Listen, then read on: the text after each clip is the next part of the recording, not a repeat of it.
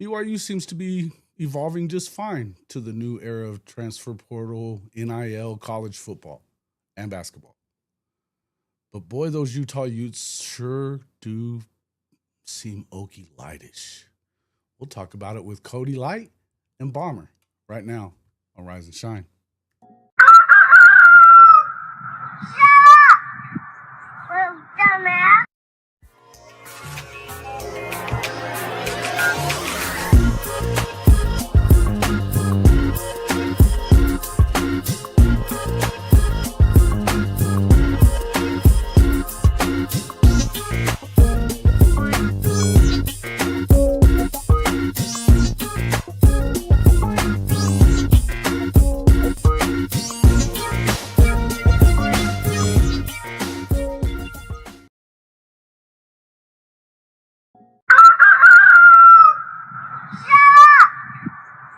Good morning, and welcome back to Rise and Shine College Football.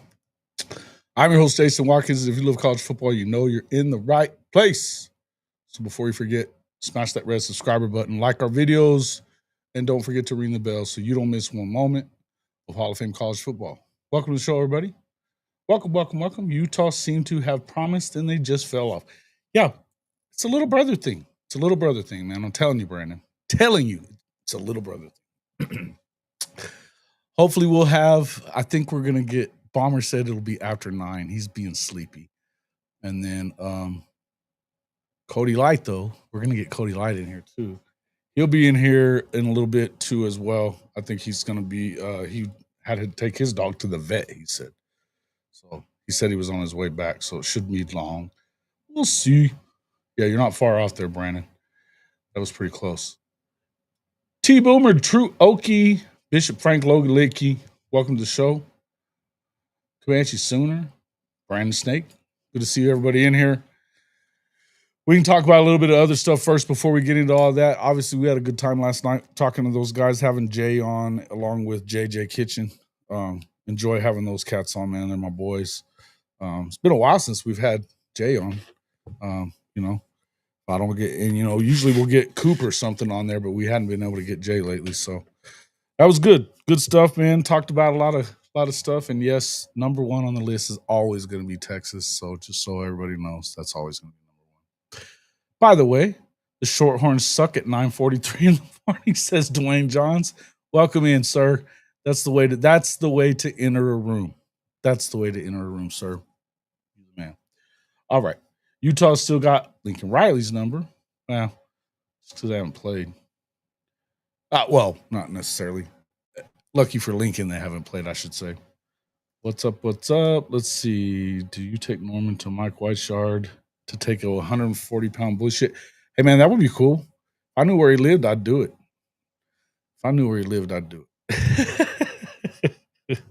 Mike White. Oh, what a guy.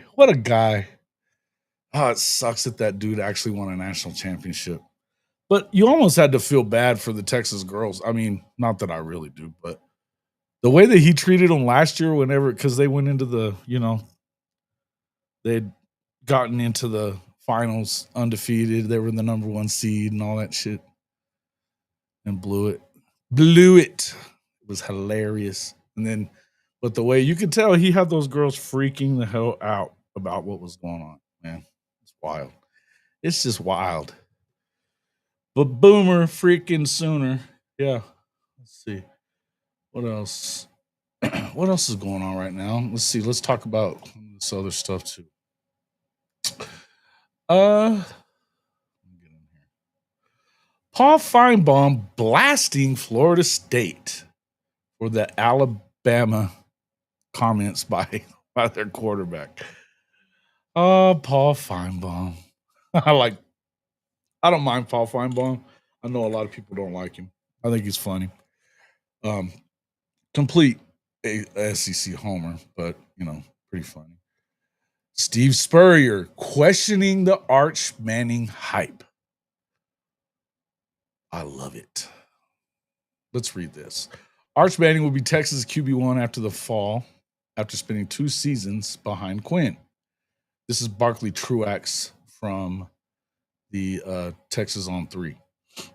Many assume Manning being an elite quarterback in college football this fall, but it begs a certain question. Long-time college football and national championship winning coach Steve Spurrier wasn't afraid to ask it. People picking Texas to win the SEC in football. That's how he says it too. You know that. They got Arch Manning already winning the Heisman too. My question is, if he was that good, how come they let Quinn Ewers play last time? Is that close? Y'all think that was close? We already missed Taj Overton. Where you're behind, bro. What you mean? Yeah. Listen. It was a flip. It was a flip. It wasn't. Don't get so caught up in the minutia of that stuff, man. They're gonna spin it to make it sound good for them. And honestly, they did their part to win him. You know what I mean? They did what Oklahoma wasn't. I don't want to get into this with you guys. No. But how are we in danger of missing on Taj Overton? This is not good. We could potentially not land any in-state recruit this cycle. When is the last time that happened? Oh, probably back when Lincoln Riley was around. Are we not going to land anybody, you don't think? Nobody? You sure? I don't know. So nobody was impressed with my Spurrier? Okay. Well, I'll have to work on that. Well, I'll have to work on that. Oh shit. Let's see. But he is hating on him. That's pretty funny. Spurrier pointed out Ewers ending up as a 7th-round draft pick in this year's NFL draft. If Manning is projected to be an eventual first-round pick, then why would Texas head coach Steve Sarkisian choose to start Ewers for 2 full seasons over Manning? Damn, it's funny how, we start saying stuff like this and eventually it gets around to everybody else, but it takes a while. During the few times he's been on the field, he hadn't disappointed. When Ewers sustained injury early in the 24 season, he came in during the second quarter against UTSA, led the Longhorns to a big win over UTSA, over the Roadrunners, 56-7. Followed that up with consecutive starts against Louisiana Monroe and Mississippi State, where they outscored their opponents 86-16. I love how they cherry pick stuff. He threw for 583, 4 touchdowns, and 2 interceptions in those games. Manning rushed for an additional touchdown against the Bulldogs as well. He went on to finish his redshirt season with 939 total yards, to go with 9 touchdowns and 2 interceptions. Manning also finished the season with an 87.5 QBR, which would have ranked among the nation's leaders last year, but not qualify. But here's the thing, in what they're saying, Sarkisian's choice to start Ewers despite Manning's presence on the sideline each Saturday is backed by the fact that he led the Longhorns to consecutive college football playoff appearances. Moreover, a Big 12 championship was won with Ewers under center. Whatever, dude. If he's so good, if he is the next coming of God, like they say, then why didn't he play? And I'll just say this again. If, Coach had even brought it up last night. Well, do you think, I think it was more, he was just taking care of Quinn. Well, okay, that's more of an indictment on Steve Sarkisian then. It's more of an indictment on Steve Sarkisian, and I think that you have to look at it that way when all is said and done.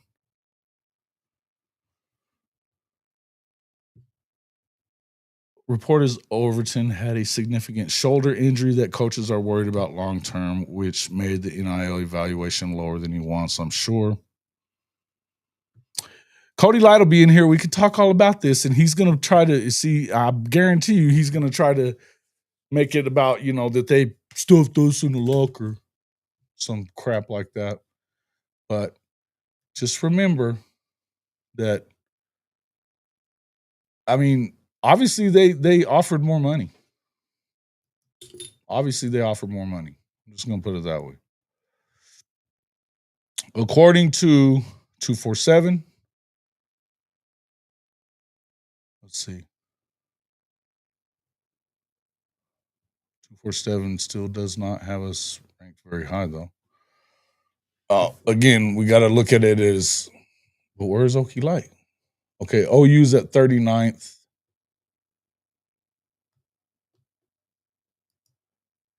According to the 247 composite.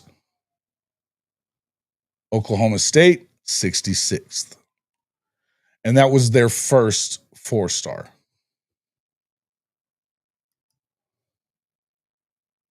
No, they don't even have him in there, do they? Wait.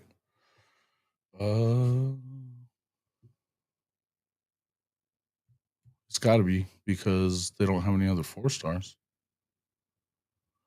Brighton New, Josiah Vilmial. I mean, bunch of 3-star dudes, man. Bunch of 3 stars.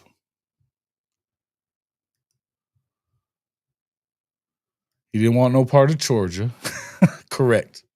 Look, yeah, when he came in, and Ewers played bad against Georgia too. So he tried to put him in there. That's when you know that it's bullcrap, because he tried to put him in when Ewers was playing like shit in that first game, and he came in and played worse. So I don't think it's just about, you can say that it was just about being loyal to Quinn or whatever you want to, which again is still more of an indictment on Sark than it is an indictment on Arch, But, and again, I'm not going to sit here and tell you that I think that Arch is going to suck, because I don't. But assuming that he's going to come in and win the Heisman as a first-year player and they're going to win the national championship is wild to me.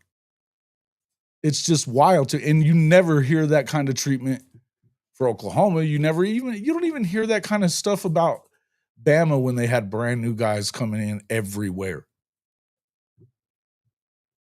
You'd expect them to be in the mix.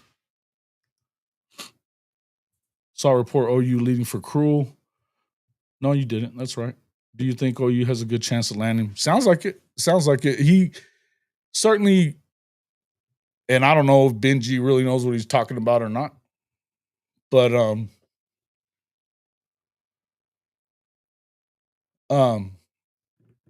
he says Texas ain't in it, but of course he named them as part of his top 4, and he apparently is going to go deep into the season. I think to get Cruel, you gotta win. You gotta be a winner.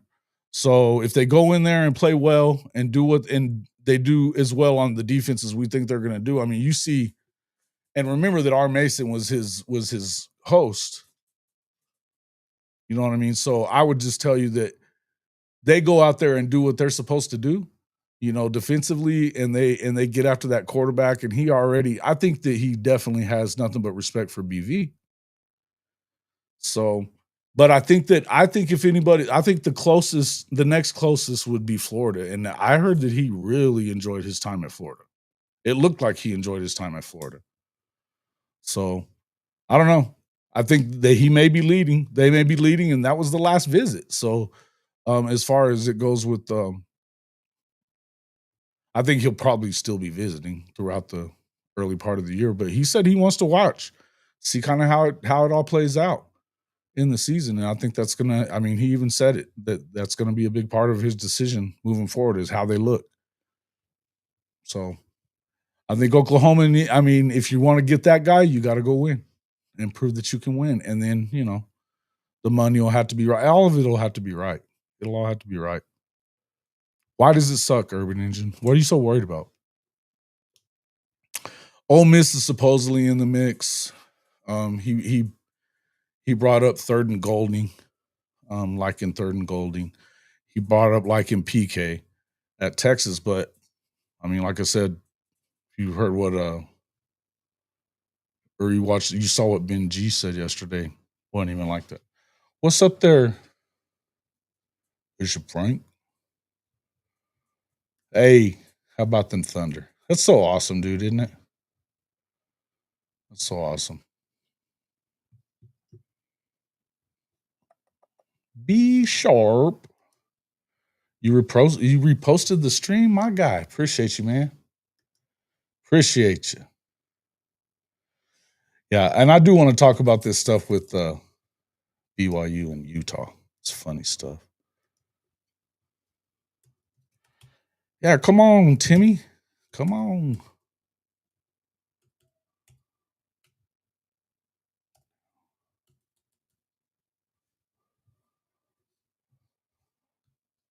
Fitzgerald would be a good hang. I like him too. BYU pod today. We're just talking college football here, Unc. But right now we're not talking BYU. We're talking shit about Texas. But I'm gonna have guests, and then Okie like Cody will be in here. We're gonna bust his balls a little bit.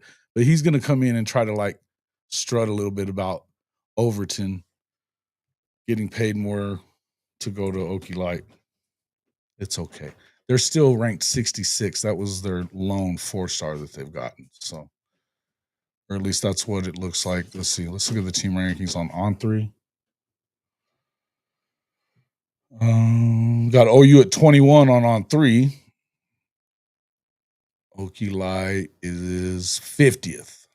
Yeah. He should not be too chest puffy when he gets here. What's up with y'all? What's up, BYU football? This crew originally from Florida. Is he an IMG transplant? It's a good question. I'm not really sure. Got an awesome video of Caruso popping champagne yesterday. Really? Why?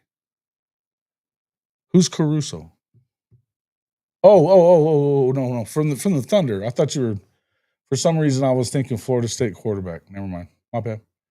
Ute fans are crying like babies. They've been doing it, dude. They've been doing it since they were before it was announced that they were going to end up going to the Big 12.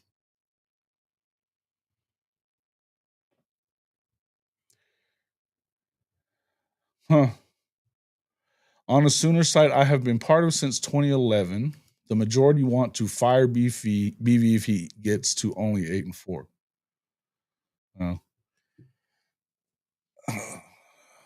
You want to tell me which site we're talking about there, Sugoi? I appreciate what you're saying here. Look, I'm just going to tell you, that ain't happening. Hey, Truoki, behave.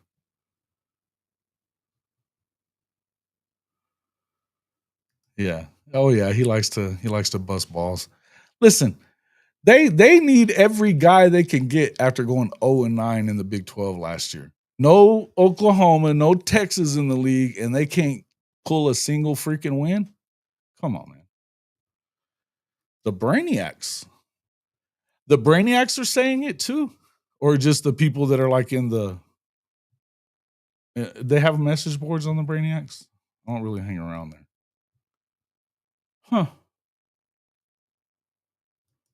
That's kind of surprising. Maybe, I guess. I don't know, man. I think that I don't know. The problem that I have with that, if you're gonna, first off, that means that you're completely ignoring the fact of what the program was left like to say, okay, yeah, he's got 2 6 and 7 seasons. Now he does, technically, just people only. Okay. I was fixing to say it doesn't seem like the Brainiacs are really that way. But no crying here. Duty Price. That's such a freaking great name. You ought to just have a big piece of crap as your as your icon, brother. Good shit. Right here, buddy. Right here. And shut up, bitch.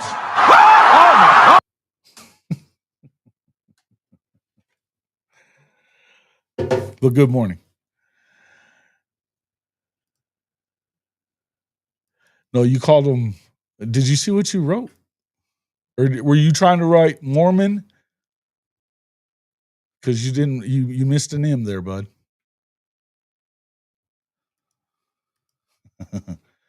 He said he's on his way from the vet clinic. Yeah, man, it's pretty cool, right? It's pretty cool. Pretty awesome stuff, man. Pretty awesome stuff. Hell, when was it when they were the Sonics? Shit had been a long time since they'd done it, right?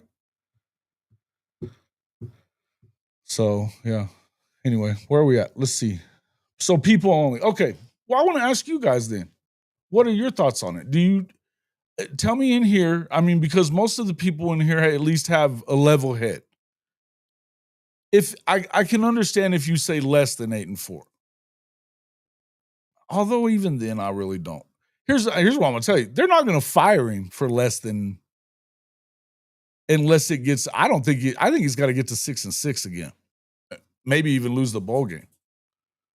I think if he wins 7 games with a bowl game, he's gonna be. They owe him too much money, and there's too much money invested in this damn roster. And the defense will be unreal. Right? Yeah, 79. There you go. That's a long ass time ago. You know what I mean?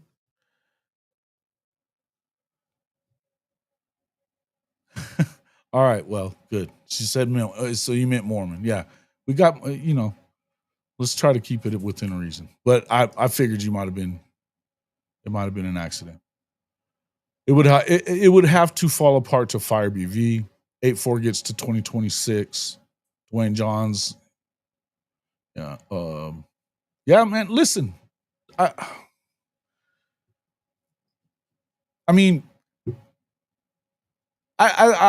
think a lot of it will depend on what do they look like. I think it'll depend on what does he do in certain situations. I would tell you that I think that Kevin, being back in the building, having been a head coach a couple of times, he's an offensive guy. He's going to help him in certain, situations where he's not as sure of himself at that point in the game, right? But it's time, and I'll tell you, I think it's time for Brent Venables to graduate on that. I think it's time for him to show a step.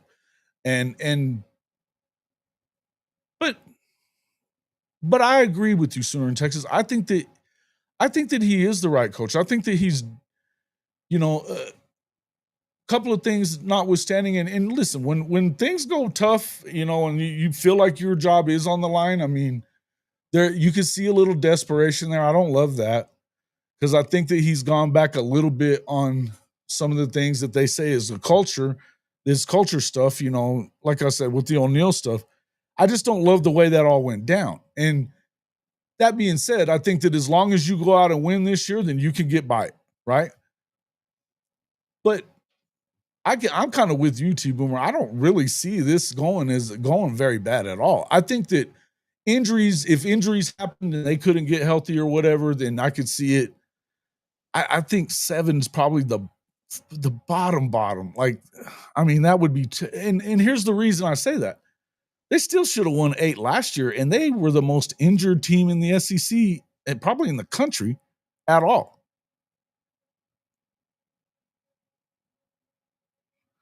Yeah, yeah.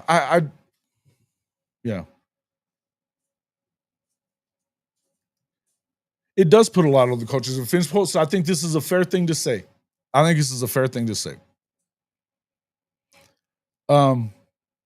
When you look at the whole thing, though, but now Nagy is not tied to him, just so you understand. His employment is not tied to Brent Venables' employment. So to me, if it doesn't go well, and they did decide to fire him, then it would just be what it is. But Nagy's staying because they're all in on this way of doing things, the NFL way. You think they win at least 8, or you think he needs to win at least 8? Oh, dude, that's pretty deep there. Well, and here's the thing. Think about this. All those dudes are staying. None of those dudes are staying that are on that defensive staff either. They're all with BV. They came for BV. They're here for him. The defensive staff isn't staying, which means, how do you get any of these players to stay? You don't. So if you're liking the fact that, Bishop Frank said to me the other day, man, isn't it crazy to be thinking about this team being good on defense? And I was like, yeah, but because you hadn't been able to say it in such a long time.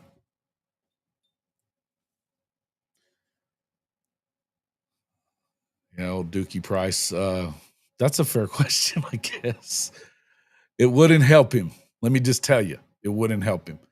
I don't think, listen, apparently, you see what's going on at Auburn right now? They're plummeting in the rankings. Plummeting. They were in the top 5, and all of a sudden, they're just out. I don't know what's going on, but they're hemorrhaging players, man. And I think, isn't Friesen the hospital? Let's see. They've got them 63rd right now. They dropped back all the way to 6 recruits. How many guys did they end up losing? Holy shit. Now, this isn't necessarily true, Kobe. Regularly or Jimbo?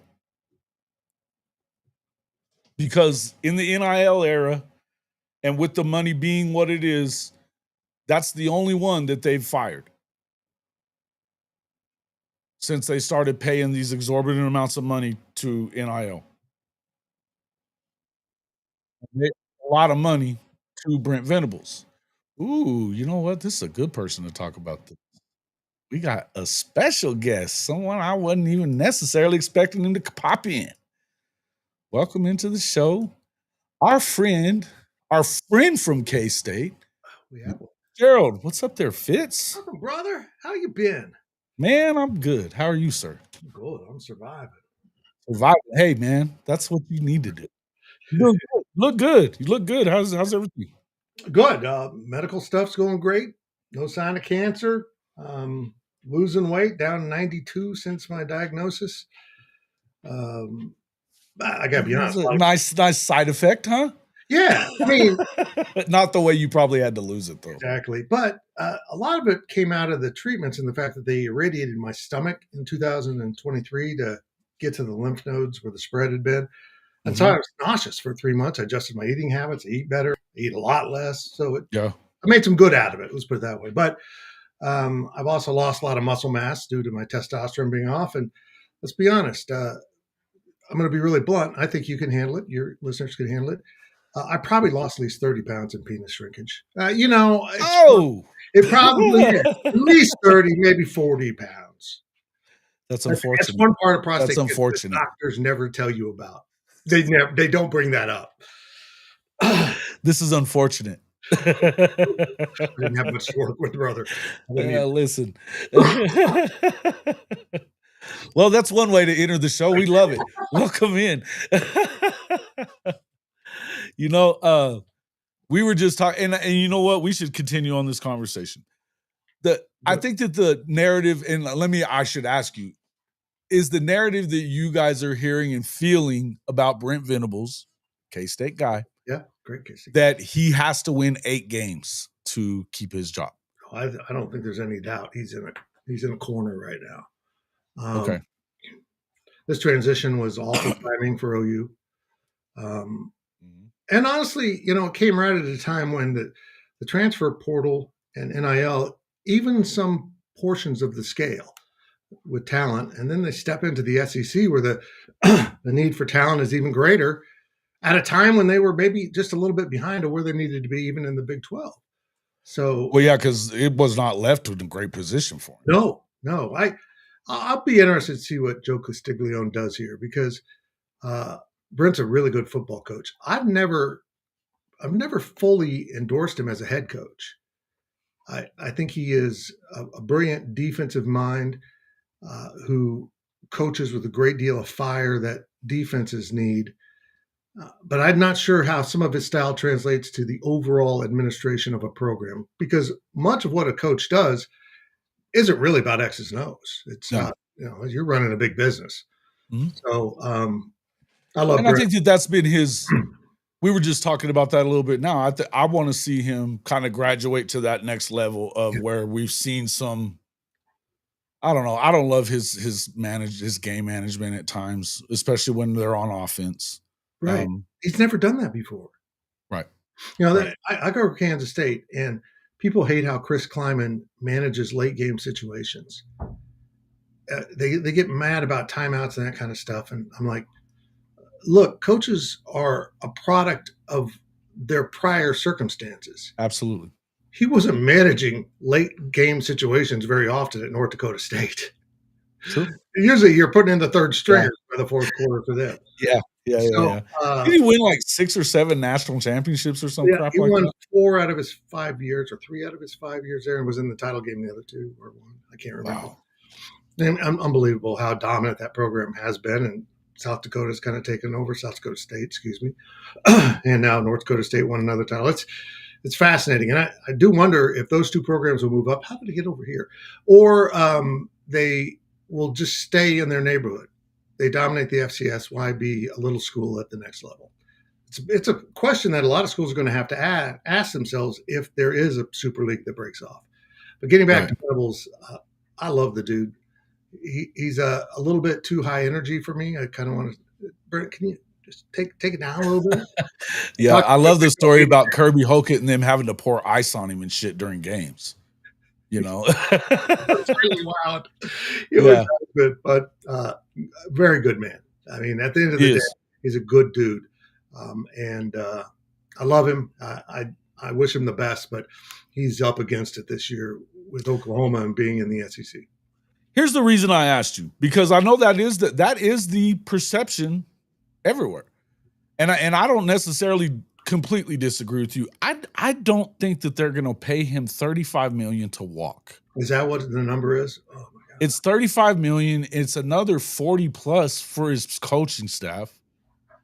And are you serious? Yeah. Look, this is where and then they have a lot of money invested in NIL in this roster as well, and they're going to have the best defense they've had.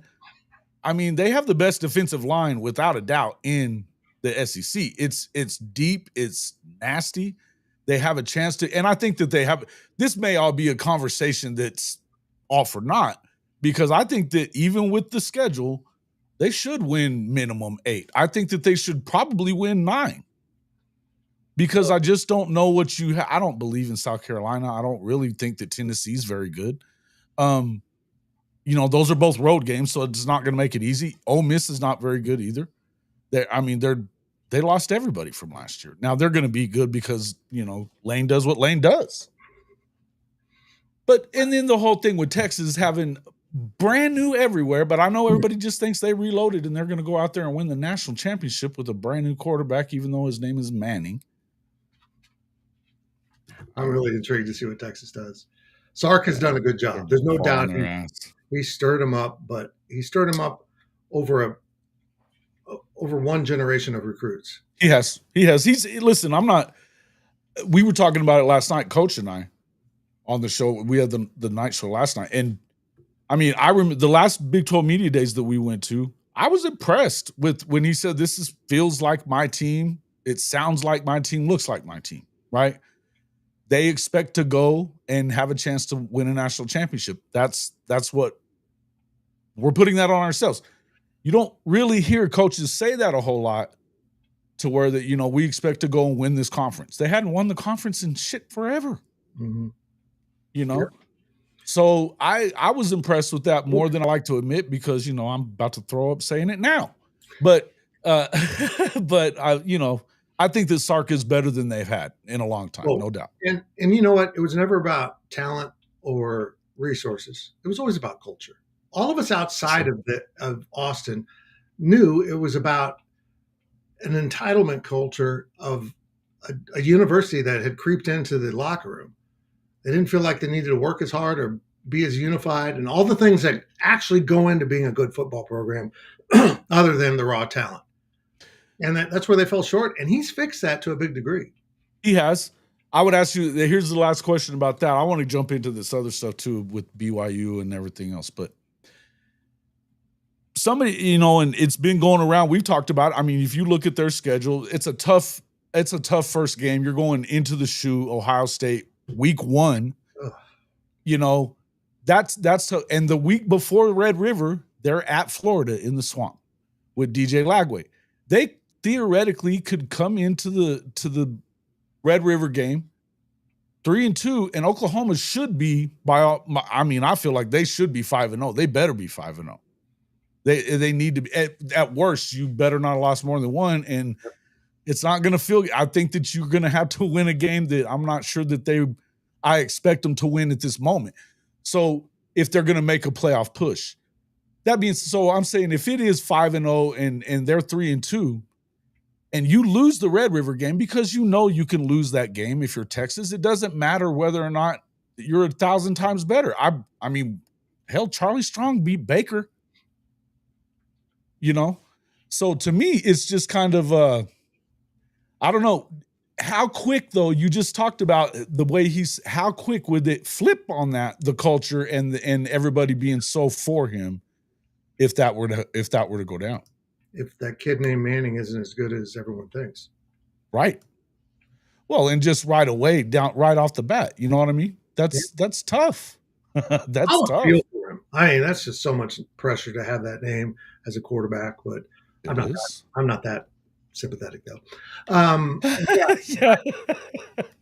I getting back to an earlier thing, I want to point this out, that this rev share house settlement crap is putting even programs like Oklahoma in a financial bind. And fans need to understand that makes buying out contracts really difficult because you are trying to build up your resources. K-State's facing it in basketball. If they don't turn around Jerome Tang, they're looking at $20 million plus, maybe $18 million to get a change. They can't afford that. No.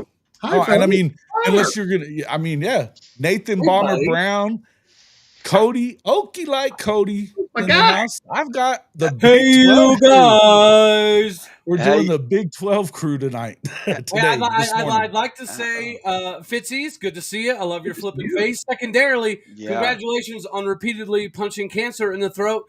It sucks to hear about your weenie shrinkage, but here's the deal, buddy. Here, you got to spin that thing, man. You're in the media. You should know this. Next time you need to say, well, due to complications, I had to have a reduction. You feel me? There it is. Go. Okay, this is the worst thing I've ever said in a press conference. And it wasn't like a formal press conference. It was after a basketball game, what we call a gangbang, where all the media circles someone and starts talking. And I asked Brad Underwood, who lost 50 pounds, I asked him, well, after you cut off your penis, how'd you lose the final 10 pounds? Makes sense. Are you talking about the same Brad Underwood that left Oklahoma State after 1 year? Yeah, that guy you love. Yeah. I think he's got a mangina, so that's fair. That's very, very fair. Come on. Well, we're officially off the rails, ladies and gentlemen. That's what I bring to your show, Jason. We are officially off the rails. Welcome into the show, Neilio, my man, Fence Post, Alan Tran, Kobe. Let's see who else we got. Sugoi. Everybody else was already in here. Thanks, everybody, for popping in with us. And thank you, gentlemen, for popping in with me as well. We were just talking a little bit about, before you guys got here, because I don't want to take away the thunder from my guy Bomber here after their big day yesterday. And, congratulations to BYU. Look, I've been saying this a lot. I'm seeing a lot of little brother vibes coming out of Utah right now. Yes. Hardcore. Badly. Hardcore. Yeah. It's so lame. It's so lame, man. Cough up the cash or shut up. You know what I mean? And so what has this been like? What has this been like in and around where you are right now? They had a 12-year lead in a power conference, right? Yeah. They thought they left BYU behind, and then the world caught up with them, and now they're struggling to compete. I don't know where they're going to end up. I think they have to win, and it's going to take a lot more money and resources to win than they currently have access to. So You can't reload every year with the entire offensive staff and team from New Mexico. That's not going to win you a lot of games the next year. No, New Mexico rarely wins games. Yeah, I mean, I don't know. I mean, Kansas State is loaded. They're going to be good this year. I think Oklahoma State's a little up in the air. It's sort of which team is going to show up to play. And Utah could have a bounce back year. But even if they did this year, I think they're going to struggle next year and the year after because they don't have access to the booster money that some other schools do. And their level of commitment is questionable. I think they were expecting their level of commitment to the Big 12 is questionable. There you go. There you go, Jason. I just don't think they have the resources that they wish they did at the end of the day. And you have to have resources and people to lean back on in times of trouble. And right now we're all on a 5-6 year trial. We're all trying out for 20, 30, 31. And I don't know. I don't know what's going to happen up on the hill. Yeah, massive congratulations on that one. That was a big get. The pretentiousness coming out of Utah, I think, unfortunately, is expected. Jason alluded to it. They've been this way before they even got into the conference. So I don't think it's a big surprise. And I think that the other Big 12 members are happy to see Utah flailing as they are. Secondarily, I think Utah fans should soak this one up because it's a big one. Pun intended. Yeah. And good morning, by the way. Sorry, I didn't say that earlier. That's okay. Tell us what you really think, Cody. Me? Cody. No, I would never. Cody, you're the best.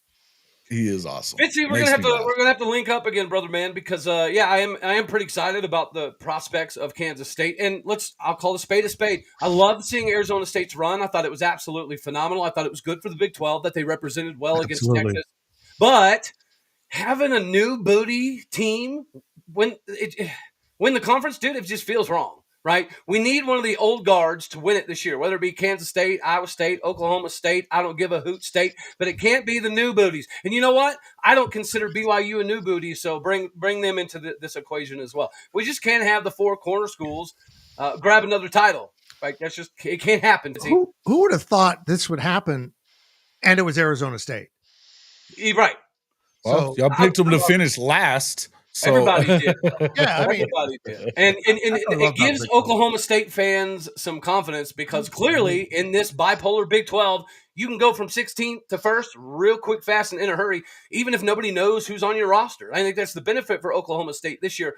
Yes, there's going to be a lot of difficulties. We don't know what we're going to look like, but that might be an advantage, right? We've got a bunch of 5-star, consensus 4-star transfers from LSU, Ohio State, Tennessee.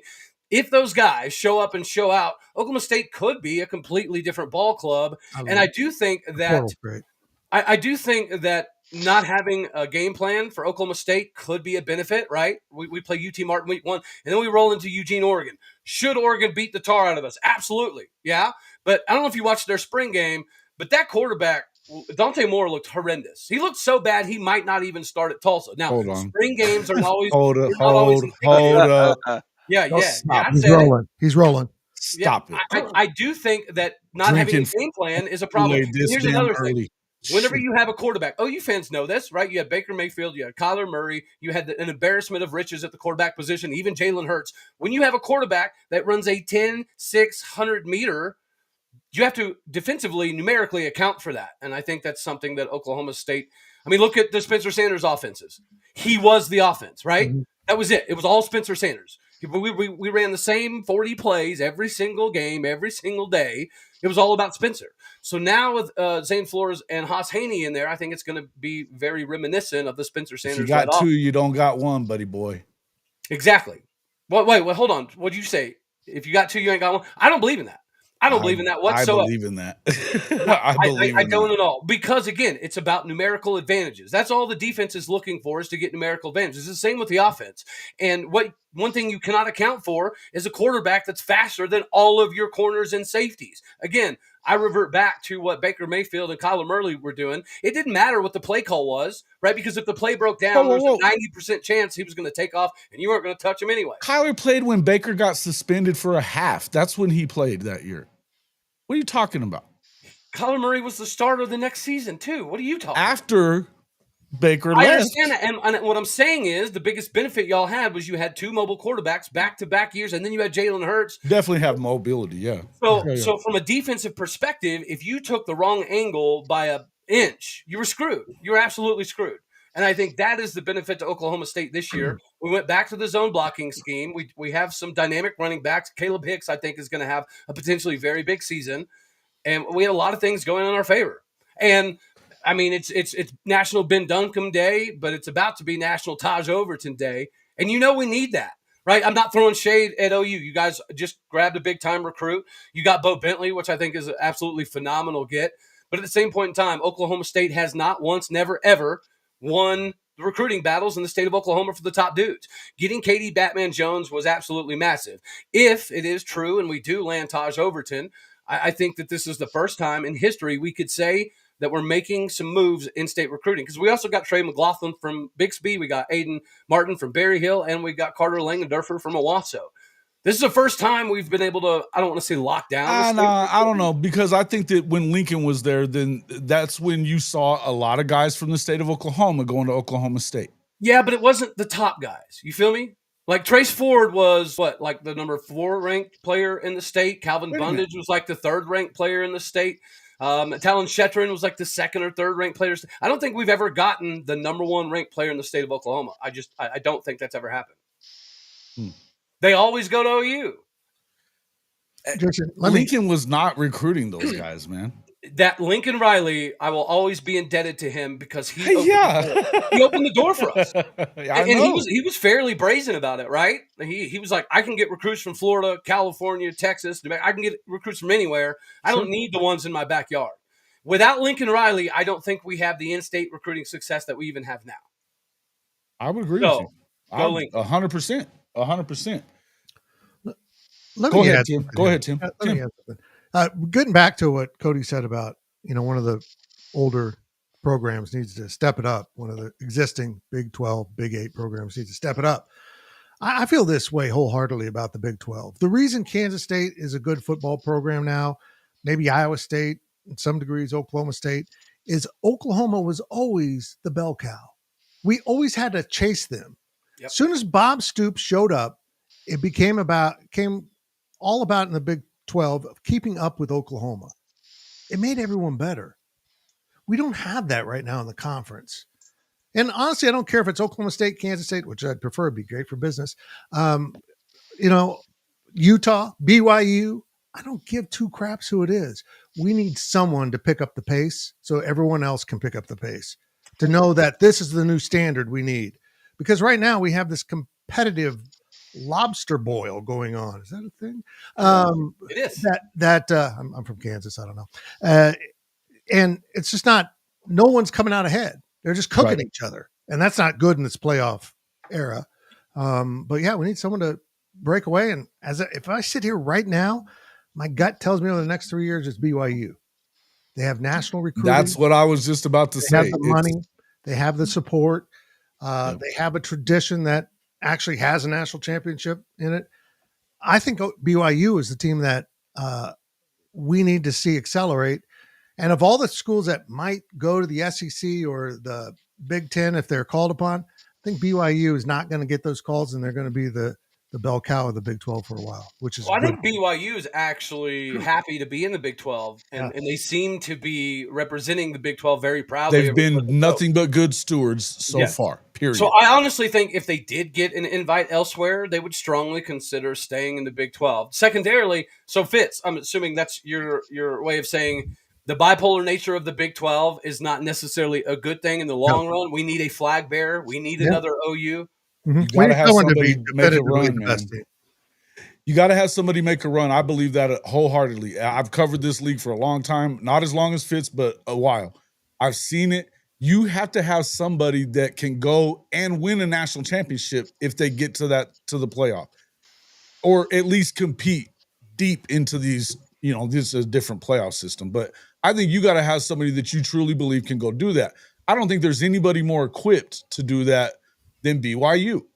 They've got money on a level that like the Notre Dames have. Yep. You know what I mean? Yeah. It's another level compared to even I think Oklahoma's in some ways.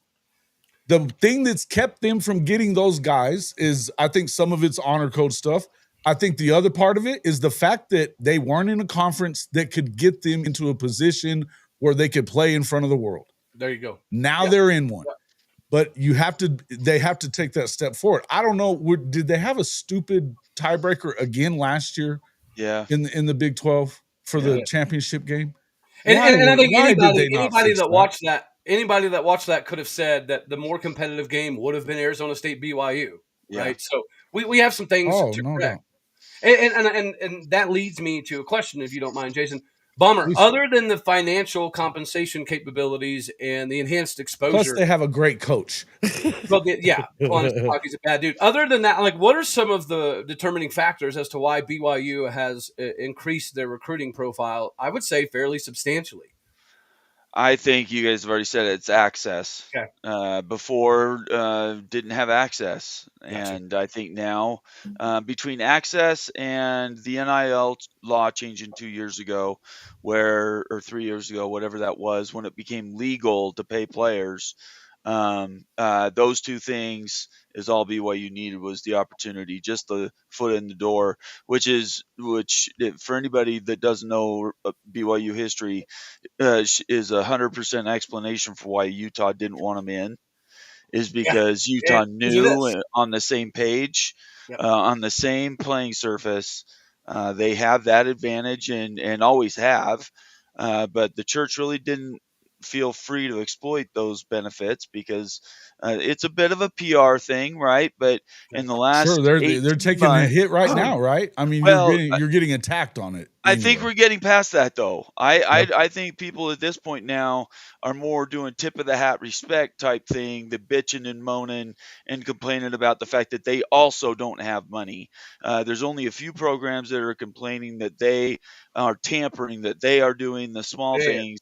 And the big programs aren't doing that. I haven't heard that from Kansas State fans. I haven't heard that from Oklahoma State fans. I've heard that. I'm not going to name them all, but Utah's been near the top complaining about tampering. They've complained since day one. And this is the reason, is this competitive advantage deal. Look, everybody wants to get the golden ticket at the next round of realignment. There's a bunch of good brands in the Big 12 that could get that. In no way, shape, or form is BYU the only school in the Big 12. In fact, I think that list is probably 6 or 7 deep that could easily be a top 48, top 50 brand and could be in some sort of a super or superior type league, a new division, for instance, that doesn't really have to be tied to the conference system. I don't know if we're going to be there. Who knows what that's going to look like? But I do know this: they're not leaving you out. They're not leaving BYU out of that. There's the model that everybody hates on Boise State, but one thing you cannot question is their level of commitment. They have gone out of their way to they've researched their own NIL. They're not going to wait for the conference. They're going to go out and invest where they need to. They're doing improvements. They're adding another 15,000 seats to that Research Stadium, that was ugly blue field. They're in it to win it. The old Smurf turf. And you know what? They have nothing but my respect, because 10 years ago they could have folded. When they sort of took a drop a little bit, they could have just gone away. When Chris left. And they've lost multiple coaches, right? Mm-hmm. But they didn't do that. In fact, what they've done is they've done the reverse. They've doubled down. They tried to improve their situation with the Pac-12. That hasn't worked out as well as they wanted. But again, they're planning for 2030, 2031. Everybody should be, and they're hoping to get that special call up. Hey, Bomber, has there been an acquisitional aspect of new donors, or is it more of the same donors that are finally just able to spend money more freely? I think it's people that having the negativity drawn off of it. There was ideas. Well, remember when NIL first got started, there was questions whether it was tax deferrable or not, if That's you could part of write it off. That's part of it. Yep. And that's still an open question. I still don't think that has been completely settled. Depends on the state, I top of- guess. I guess it depends on the state. It might. And then the second part of it is, what's it look like? What's the PR aspect? And anymore, you look around and you're like, well, they're doing it at Georgia, and they're a full-blooded university. They're doing it. The people that are Alabama. pissing and moaning about it are the ones that can't do it. That's and so it. that's So all there it you is go. now. So And there you go. know, I go back to the first couple. You remember with the whole Jimbo, Nick Saban back and forth. You know, the sliced bread. Right. You know, and I go back to that, and you know, Nick was pissed off that they spent $30 million, and they did spend $30 million on that team. Yeah. The greatest recruiting class of all time. You know, it didn't stay together very long, but it was that. And, you know, that was him sounding the alarm.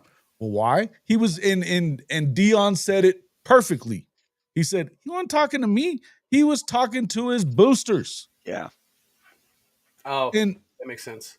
Believe this. Here's the one thing I'll say is, I think that this is as big as it gets. When you start talking about a guy like Ryder Lyons, and my goodness, I was watching his film a week ago, and I was like, oh my goodness, this guy. Yeah, he's good. He checks every box. Yeah, every box that you could check as a player, as a quarterback. Right. He's got a rifle. It's on the money. His IQ is through the roof. His football IQ is through the roof. And I mean, size and all. To get a guy like that at BYU signals something. It signals, number one, that you got a hell of a coaching staff. Yeah. And it does signal that you are dedicated to winning football games.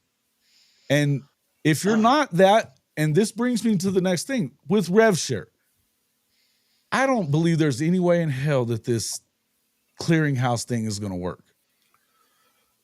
But I want to ask Fitz and some of these and you guys what your thoughts are. I think that I'd there's like to hear Fitz's take on this too. I think it'll be effective in some ways in maintaining what NIL is supposed to be, right? And I don't know how you compare Avery Johnson having a car dealership contract in central Kansas, not even Manhattan, an hour away in Salina, my hometown, and to what a UCLA quarterback can have in that market. There's no way you can compare those two numbers. Just the cost of living alone brings it up. So it doesn't make sense to me. But here's what I think the ramifications of this are, and what will be really good for some programs. The cheating's going to start all over. I was just going to say that if we're really, this is what we're dedicated to, is like trying to shut that down. First off, I'm going to continue standing on tables and telling people, stop trying to fuck these kids over. Stop it. Because you've been screwing them for years and decades and all that. And what was the house settlement about? If all you're going to do is turn around and just try to take the power back, because that's all it is. Listen, if you really want there to stop being lawsuits, which are more expensive than any amount of money you're going to give these kids, if you really want that to stop, give them collective bargaining. It's not stopping until that happens. Yep. It isn't. Yep. Well, yeah, there's no way. The second you nix an NIL deal, all hell is going to break loose. Yes. There's no way Texas just spent $40 million and their donors are like, oh, we'll gladly cut that in half. It ain't going to happen. The backdoor deals are going to continue to be a thing, and I think this is going to be. The bag man is back. They're not wrong. Yeah, we're reverting back to the BCS days. And my biggest difficulty with all of this is the NCAA has the most culpability in all of this, yet they're excluded from it, right? Even the deal where like the Brandon Whedons of the world are going to get paid like retroactively. He needs it. That's not NCAA's money. So they're forcing universities to do NIL, to do all this back pay, even though they were the ones making all of the money. The NCAA has made more money than any university in the United States of America that they've been able to pocket. Coaches too, buddy. Coaches too, buddy boy. They distribute this justice, right? But the justice is the universities have to find more money. It doesn't make any sense. It's an absolute racket. And I don't know that it's ever going to change. Like we keep fixing things, quote unquote, right? BCS, going to the CFP, going to 4-team, 8-team, 12-team, whatever the case may be. But we're just putting Band-Aids on a gaping wound, in my opinion. Well, without the NCAA stepping up to the plate and saying, you know what? We've made billions of dollars off of you guys. Instead of your university. If you're expecting the NCAA to do that, you're crazy, because here's what's it's gonna take the Supreme Court once again, or some court, telling them, no, you cannot do this. This is not okay. This is not a communist society. We have a free market. You are worth what somebody pays you. Right. If somebody is willing to pay you. Yeah, I don't think that the NCAA is going to ever stop operating like their Iranistan without having some third-party entity take over. And I know we're kind of messing with that to some degree, right, as part of all this settlement. I don't like it. Well, I don't like it either, again, because there's going to be an arbiter that's supposed to, take care of everything and be the overwatcher, but it's the same as the NCAA. It's the same as the BCS committee. All it takes is one person to get persuaded to change their vote or manipulate the numbers or this and that. It's almost inevitable, and I don't know how you fix it. Well, this is where I go back to Utah, though, where they want that to happen, and I've heard Wild Ute do it. I love the Ute, man. They want what to happen? They want for the Deloitte thing to work. They want to shut it down. I've heard Ute say a million times these exorbitant, and he's a lot of different ways that he says it, amounts of money that these kids, like, they don't deserve it. It's amazing to me that you would say such a thing, but that just tells you, that's where I'm saying little brother vibes. They've got to be losing their shit right now. That here BYU is, they've in 2 years' time, they've completely lapped you. You're screwed. Yes. Bummer, why is Utah driving the struggle bus right now and complaining about it? Like, well, I don't understand. Why are they having all of these difficulties? If BYU's spending money, you would assume that their donors would be like, you know what, we're not going to let that happen. We're going to step up to the plate. But instead, they're just bitching and moaning 24/7. They don't have the institutional level type boosters that can drop tens of millions of dollars. What about all that research into a program? Money? That stays in research. The difference between the Big Ten schools, who are all research, and an aspiring somebody school at Utah and spends a bunch of research, is they have it to spend because they're getting roughly 70 to 90 million every year in media valuation. The Big 12 and Utah is not doing it. I would also throw in there that Utah just seems to be the one that's drawing all the attention. I think there's a bunch of other schools in both the ACC and the Big 12 that would prefer things dialed back. One good example is Iowa State. That guy came out and he claimed poverty after he found out that Arizona State was going to have their athletic department bailed out to the tune of $51.5 million a year and a half ago, because the four schools that came from the Pac-12, part of the reason that conference was broken is they were able to debt spend. The entire Pac-12 debt spend forever, tens of millions of dollars. Yeah.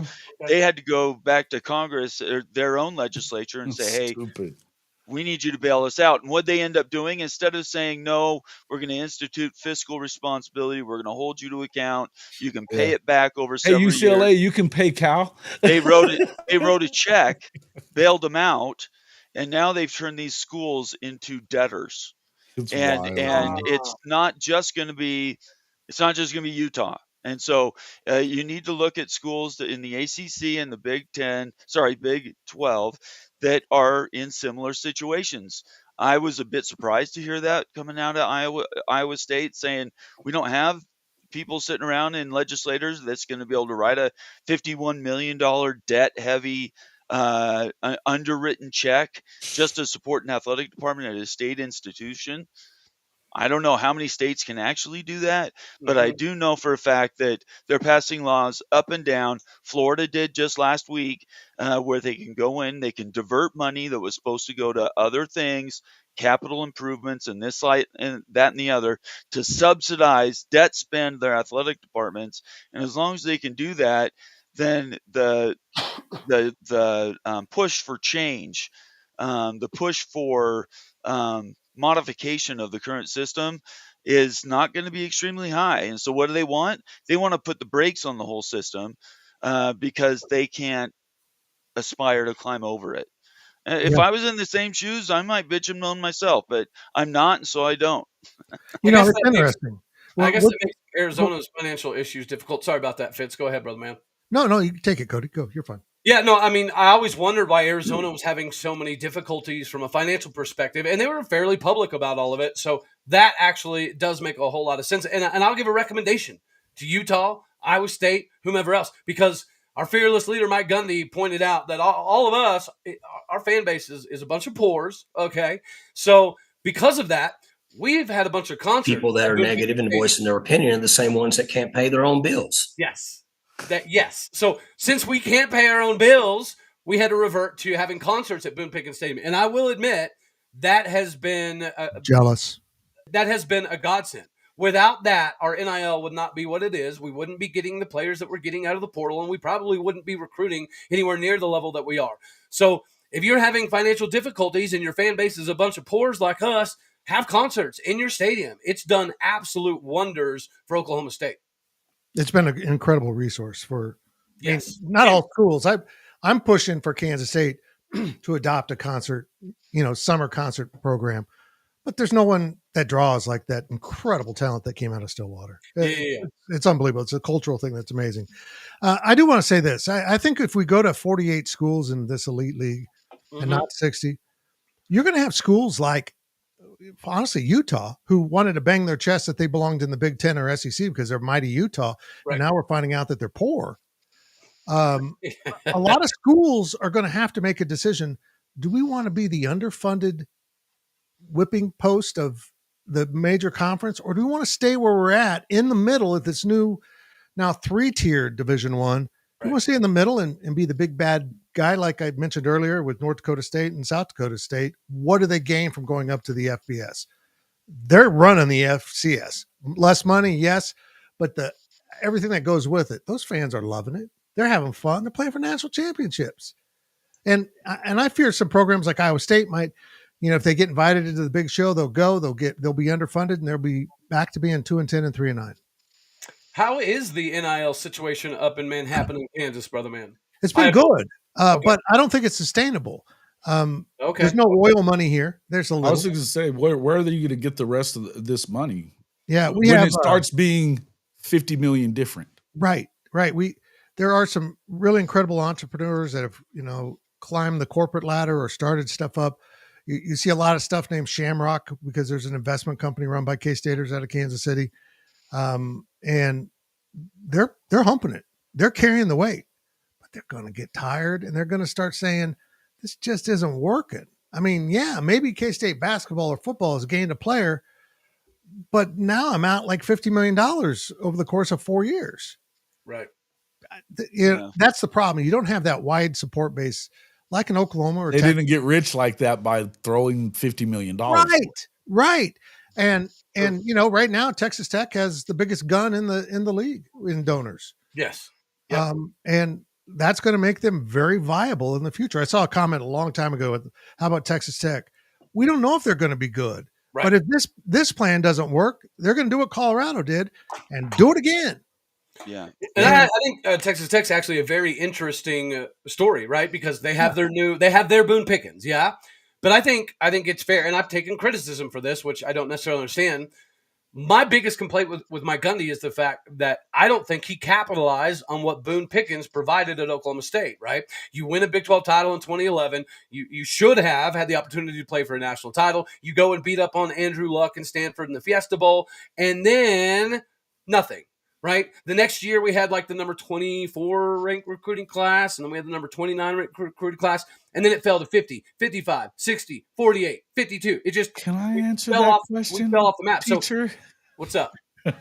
I know why that happened, because it's a lot easier to continue to recruit 3 stars and like play above your weight.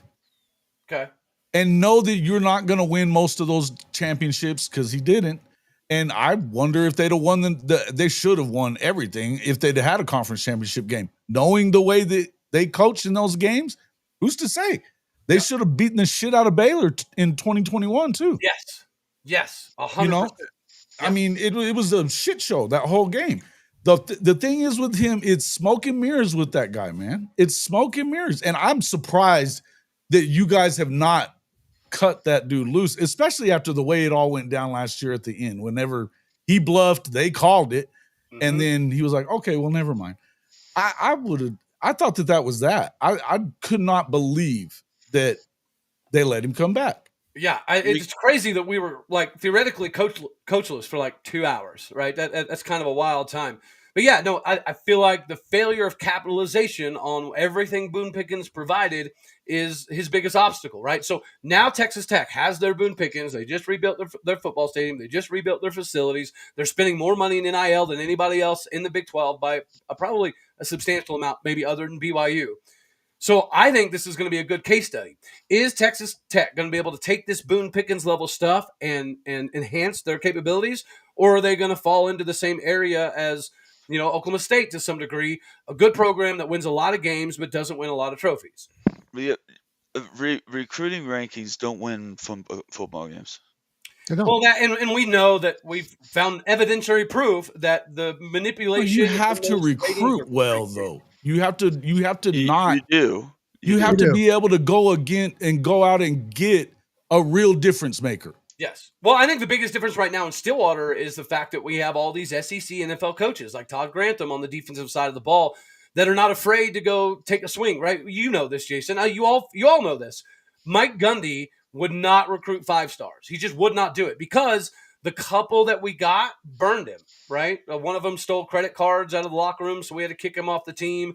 Another dude had some incidences like shooting paintballs at cars and stuff. So the last 2 big-time 5-star-ish guys we've gotten, they didn't last long. So he went almost a decade without even trying, and that's the difference. This staff, they don't give 13 craps, like Taj Overton, right? Mike Gundy 2 years ago would have never even tried to recruit Taj. He wouldn't have, and I think we all know that. This new staff, they don't give a crap about that. And Danny Okoye was a Cowboy if they just stayed on him. Who? Danny Okoye would be in a Cowboy if they'd have just stayed on him. Well, CJ Nixon's is the same. Is we didn't really recruit him very well until the very, very, very end, but it was a little too late. I love that this staff is taking swings at some of the biggest recruits in the country, and ironically enough, there seems to be some mutual receptive nature in all of this. We're doing things differently, and it's because Todd Grantham is the head coach of the defense. He runs his own thing. He does his own thing. He recruits his own dudes and recruits his own way. We have never had that in Stillwater. So let me change the conversation here just a little bit, Jason. I know Cody's on it today, so I'm trying not to interrupt. Playing the old interrupt man, his ass. Back his ass. Like Tim always looks so smart sitting back on his haunches. But so let's talk about what it takes to win. Recruiting has to be number 1, coaching number 2. You could put those in either order. You can't get good recruits without good coaches. You can't get good coaches without good recruits. Winning program takes time. You're not going to flip a football program. You can do it in a year in basketball. So the big question is, what is it going to take for the Big 12 now to turn what has been mediocre recruiting, and all the recruiting services say it, all the perception, even though we know it's all biased as hell, RPI is biased, all the recruiting rankings are biased, but they're still out there. It is the world we live in. What do we need to do to flip How much the of that is script? going to change with general manager staffs like what Oklahoma has, though, now? Maybe. But my point is what's it going to take? How many brands does it take to carry a masthead? I think it's a shift in perception. Is it 5, 6? Is it 2? What does it take? I think it's going to take one really going close to the sun. You know what I mean? Flying very close to the sun. TCU did not get beat like that in the national title game, right? Well, no, let's back up though. But Cody, if you get to the national championship game in nowadays in a playoff format, if you win 2 playoff games to get to the championship game, the perception is different. If TCU had to go through Michigan and then it had to go through let's just say it was USC to get to that Georgia game, perception would have been different. I don't necessarily disagree, but my caveat to that would be it's the score that's the problem, right? Because nobody talks about they beat Michigan. Nobody cares that they beat Michigan because of how bad they got beat in the national title game. Now it's playoff games. It's all playoff games. And it's the same. But there's more playoff games now is what Bomber's saying. I get what you're saying, Bomber. Yeah, I think that if you get to the national championship game in a 12 or a 16 team playoff, it's a little different than winning one game and getting into that championship game and getting rolled. Was Notre Dame the second best team in the country last year? I don't think so, no. I think that they were very, very good. They beat some good teams. That beatdown of Georgia was very, very impressive. And they didn't play good well. in the trenches as anybody. They played about 12, 15 minutes of one game in the championship, and they kind of got embarrassed too. But does anybody care? No, because of all the other teams they had to beat to get there. So in my opinion, I think you change by winning those playoff games and then going in and playing the toughest schedule that you can. So it's just going to take time. Myself, I think that people don't want to believe that Notre Dame could be possibly back into the thick of things. But I think that when you look at what they were in the trenches, that's why they were where they were at. They ran the ball well. They played damn good defense. That wins in these playoff situations. When you're TCU and you're trying to run a 3-3-5 with little dudes against big boys at Georgia, that's what happens. Here, let me put this in. Here's the thing I believe that holds the Big 12 back. And by the way, Jason, when you get an opportunity to fly close to the sun, don't take a right turn into the sun like TCU did. Like, oh, we're playing for a national title. But poor Sonny. If in a world of limited resources, which a lot of Big 12 programs have in comparison to Georgia or Michigan, you need to be winning 2 recruiting battles with financial resources. Quarterbacks, and nobody talks about this enough, nose tackle, over the center defensive tackles. Those dudes are the rarest dudes to find in college football. Those are completely dominant. Like Chris Jones went to Mississippi State, and just when he's in the game for the Kansas City Chiefs, it's a different world. Yeah, they're special. They're almost impossible. Aaron to find. Donald, and they're valuable. The Big 12 needs to start getting those dudes to control that point of attack, because if you don't, it's hard to do. As an example, Ohio State's backup left tackle is the easy starter at left tackle for Kansas State this season as he transferred in. Those elite offensive lines are going to decimate you if you don't have that big physical presence in the middle to set a tone. And that's the biggest difference between the SEC, many SEC programs, not all, of course, and the elite Big Ten programs, right in the middle, quarterback and nose tackle. That's the differences. You can find a Tyler Lockett that is undersized, a Deuce Vaughn that's undersized. You can equal out other areas of the field with speed or developmental players like a Felix Anudike-Uzomah, who came to Kansas State at 190 pounds and left as a first-round pick. You can develop those guys, but finding that huge dude that's fast and mobile is like a ballet dancer, graceful, those are rare. That's hard to win. And also the very elite quarterbacks are too. And look, BYU just won, and Kansas State won a couple years ago with Avery Johnson. You know who I think is the biggest culprit to the negative perception on the Big 12?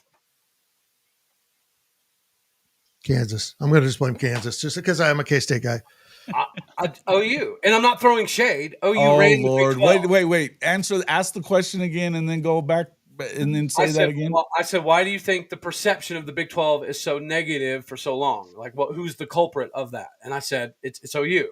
Why? Because they lost in the playoff all those times? That's it. Because they ran the Big 12, right? So from a national perspective, they were like, was pretty shitty at that moment.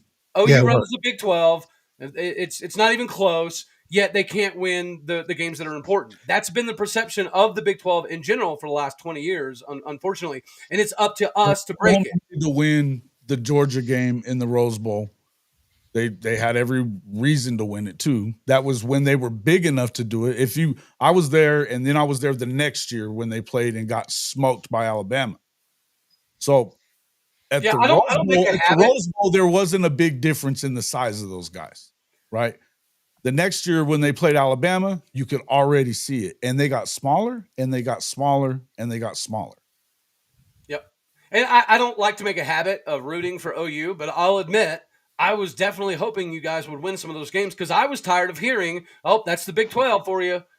Good, but never good enough. And then TCU does what they do, and then Arizona State loses to Texas. So that perceptional piece has been here for 20 years, and it's not going away until Arizona State could have struck a blow for you. I mean, how do you give up that touch? Oh, big time.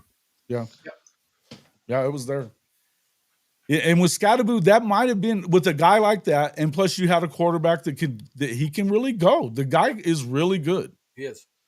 So when you got a guy like Scatterboot and a guy like that, and your defense wasn't god awful, it wasn't great, but it didn't really have to be great. You just needed to be able to stick. And if you can hang with the Texas offense that Sarkisian's got out on the field, right, then you know that, you know, it was I think that a lot of that, if they hadn't had, it almost feels like Arizona State should not have probably gotten that damn bye. That way, I agree with that. Maybe they, you know, they are a little more ready before halftime. And I don't think the bye was beneficial for it was beneficial to nobody. No team with the bye won. So you have to look at that, and they're gonna obviously they're making some adjustments to all that stuff for the one coming up this year. My thing is, and I've asked this a lot, but I feel like if you don't have a, you know, I think you asked the question a second ago, how many teams has it got to be? It doesn't really matter how many it is. You've got to have, if it's 2 or if it's 1 or if it's 5 of them. But you need I think a program at least that's going to be able to say 3 out of 5 years they're going to be in the Big 12 championship game. They're going to be in a position they're going to get in the playoff. And among those 3 out of 5 years that they get there and get to the playoff, they need to make a deep run in the playoff.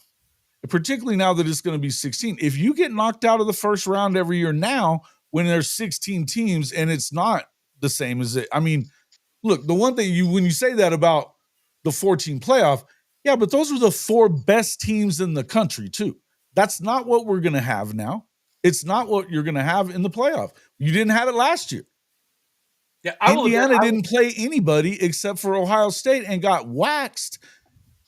SMU's best game was against BYU at home, and they got the shit beat out of them. Yeah, hopefully next year or this upcoming season is different. But I'll admit, like, I thought it was cool to get to a 12-team playoff. But after watching it, I was like, actually, we probably should just go back to like 8. I think 8 is the right number. Yeah, you're not going to put that tube back, or the toothpaste back in that tube. But I know, because financially they're doing. Yeah, I get it. But at the same point in time, it was pretty evident that the 12th place team was nowhere near the 4th place team, right? And I think it was a little bit of an exposure moment. And additionally, I'll say I don't want to buy, right? Not that Oklahoma State is in that position, but even if we were, to me, the biggest benefit of making it was hosting at your home stadium. Yeah. Like, to me, that should be the teams that get the bye should be rewarded with in-home stadium, round 2 games. I thought that was the funnest part of this expanded playoff. There shouldn't be any buys, and all first round games should be home games. I'm down for that too. I agree. Yeah, I thought the on campus experience for a playoff game is considerably better than you. It was pretty cool. It was pretty cool. And I also believe if the Big 12 isn't going to be guaranteed a spot, and this was something that was never brought up, if you're not guaranteed a bye in the 12-team format, you should be guaranteed a home game. As a conference champion, you should at the very least be hosting a game. Yeah. And I don't care if that goes against the seedings, because I don't trust the seedings. I think it's unfair to ask a team that just won its conference, oh, your reward, you get to go on the road for the playoffs. Yeah.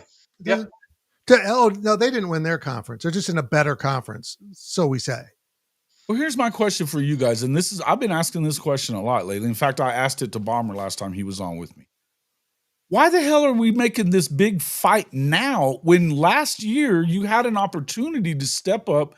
Why did Brett Yormark wait until now? And now he's standing forward and saying, no, we're going to do 5'11", and because I still don't understand that. I think that the 4-2-2 only benefits the Big 12.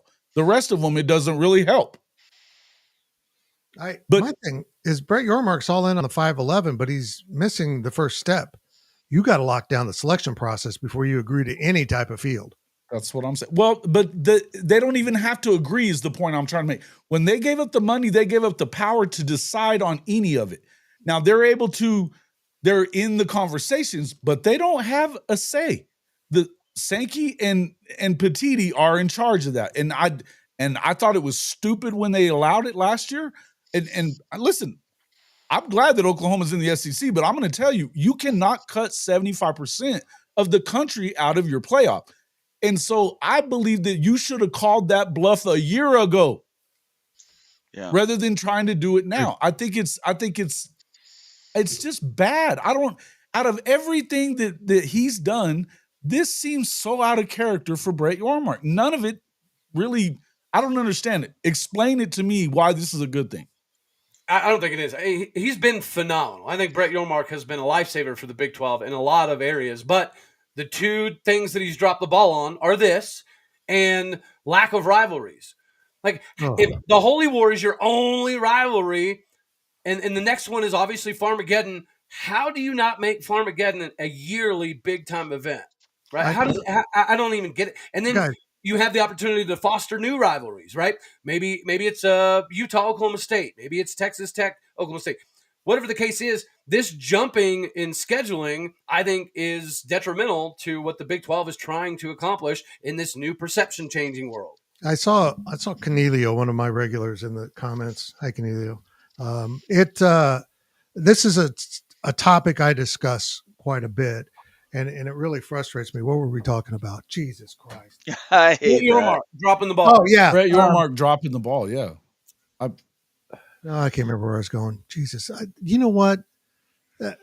Having memory issues because of treatment just sucks. 5'11", 4'4", was it something like that? Tim? Yeah, I don't know. I had a great Yormark brilliant. The rivalries. The rivalries. There it is. Yeah. Thank you. Farmageddon has grown into something really cool. Hell, they picked it to be the first game of the season next year, this upcoming year. In less than 2 months. In Ireland. Yeah, in Ireland. Cool. It's a huge opportunity for the Big 12. And this is how huge this game is for the Big 12. This rivalry between K-State and Iowa State is the fourth longest college football series that has been uninterrupted. And the Big 12 is volunteering to not play it 27. Instead, Kansas State will play Cincinnati a third time. Preposterous. What? It's absolutely preposterous. And in the home and home basketball Somebody thing, get a hold of this guy. What is he doing? They ended the Iowa State, Kansas State home and home series that goes back to the 1910s this season. And do TCU and Baylor play every year, or is there a jump in their scheduling too? I can't recall. I've been so fired up about this. I haven't noticed how everyone else is getting screwed. Yeah, that's so crazy to me. But I want to say that even TCU and Baylor have some gaps in their scheduling. It's just dumb. I would tell you too, and me and Coach talked about this before, and we've talked about it with Nelio. The game being in Ireland feels like a tough deal for Kansas State and Iowa State. You don't even get a bye when you come back. No, voluntarily. They 2 years ago, but 2 years ago, I watched Notre Dame be sluggish all year after going to Ireland. Yep. Yeah, but the Big 12 needs more marketability. I think it's bad for K-State, and I was picking K-State. Damn it. Yeah. I agree. I mean, screw the football players. They're young, strapping guys. This old part's got to come back on a Sunday from Dublin and cover a press conference on Monday morning. Like why? Why? You've got guys that'll be there. Stillwater.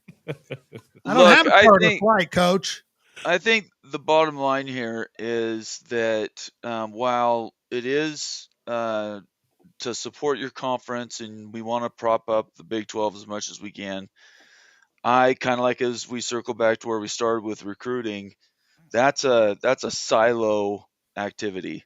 And I think each brand should be looking out for themselves in the best way possible. I love being part of a team. I love being part of a conference. But right now, being part of the Big 12 conference for BYU isn't helping a ton. besides providing access. Hold on, didn't we just talk about the raise in it's visibility helping you guys in recruiting? That's what I'm saying. Is it's coming now? It's gone because strength of schedule for the entire conference is completely gone downhill. You got to win games. You got to win games. We got to go out and win games, Cody. We can't send 5 teams 10-2 to the conference championship every year.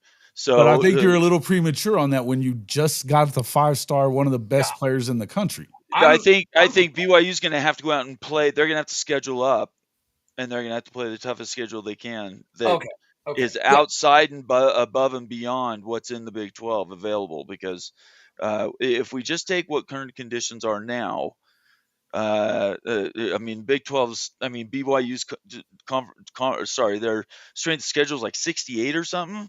Gotcha. And they played 9 conference games. So who are you going to blame that on? It's not because they play ECU. It's because they're playing a majority of games in the Big 12. So all 3 of us that are still in the Big 12, we need to be encouraging our schools to go out and not only do everything we can within the conference, but go out and also try to do those extra things. Because right now we're not going to get the benefit of the doubt for the next several years. Let me point out that scheduling up is a viable opportunity for the Big 12 to grow its brand. You go win on someone else's home field, it catches people's attention. Why do you think Greg Sankey's talking about never scheduling anyone but the Big 10? Right. That's exactly right. They're literally yelling, we've got the RPI or whatever number we're using. Right. Yeah. We've got it in our advantage. Stop the count. Don't let them catch us. He's right. We've got. I wish we were right. I wish we were the SEC. But they can't get rid of some of those rivalries with the ACC because they're in lockstep with a lot of those rivalries, and the legislatures won't let them stop playing those games. Yeah, I think a lot of that, Jason, is white noise out of SEC land. Oh, whatever, man. Yeah, they're playing them every year. Look, anybody who doesn't look at the SEC and say they have built-in advantage is wearing rose-colored glasses. A built-in advantage that they do. I'm not challenging. This is not a debate about 8 or 9 games today. All I'm saying is the 8 or 9 games. The Big 12 plays 9. The Big 10 plays 9. The other 2 play 8. And if we're talking everybody's supposed to be competing for the same championship, everybody should be playing the same number of games in conference. Hold on, though. But the Big 10 playing 9 conference games is their easier schedule. Because the Big 10 is trash outside of the top 4. But it's the only way. It's the only way. That's silly shit whenever they're not very good. Look, I understand why the SEC doesn't want to change. I get it. Everybody understands why, but it doesn't matter because if we're talking about trying to it does matter. It does matter. Okay, again, I'm not going to do it today. I don't have the energy to argue with you. I'm just telling you it does because the reason I'm saying is it's not 6 in one and half a dozen in the other. It isn't. You have to look at. You can't say that it's equity just because you're playing 9 games when the 9 games that they play in that conference are not very good. The problem is the Big 12 is a lot more competitive. The recruiting rankings and everything else is biased towards ES. I'm not saying that. I didn't even say a shitting thing about the recruiting rankings. The only way you build a schedule is based on these corrupt already measurement systems, and then that's built in and it becomes a recursive story.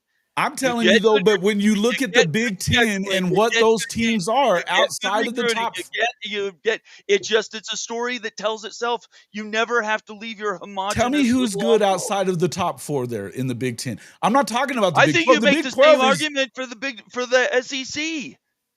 Can you? Lane Kiffin don't lose to Vanderbilt.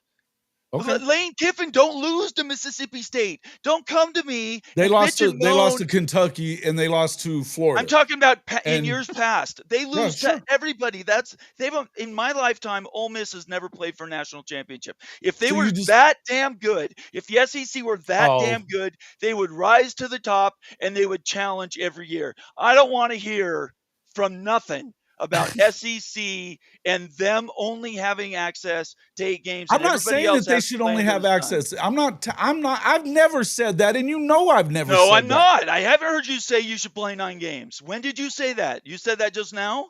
I've said that I wanted them to play 9 games for a long time because I don't want to lose rivalries. And I said it the last time you were on the show with me. No, I don't remember that. Yes, I did. Go back and look. Hey, 9 games. Yes, 9 I games has not did. been Go back and look. Championed Bomber, by the SEC teams. Bomber, go back and look because I did say it.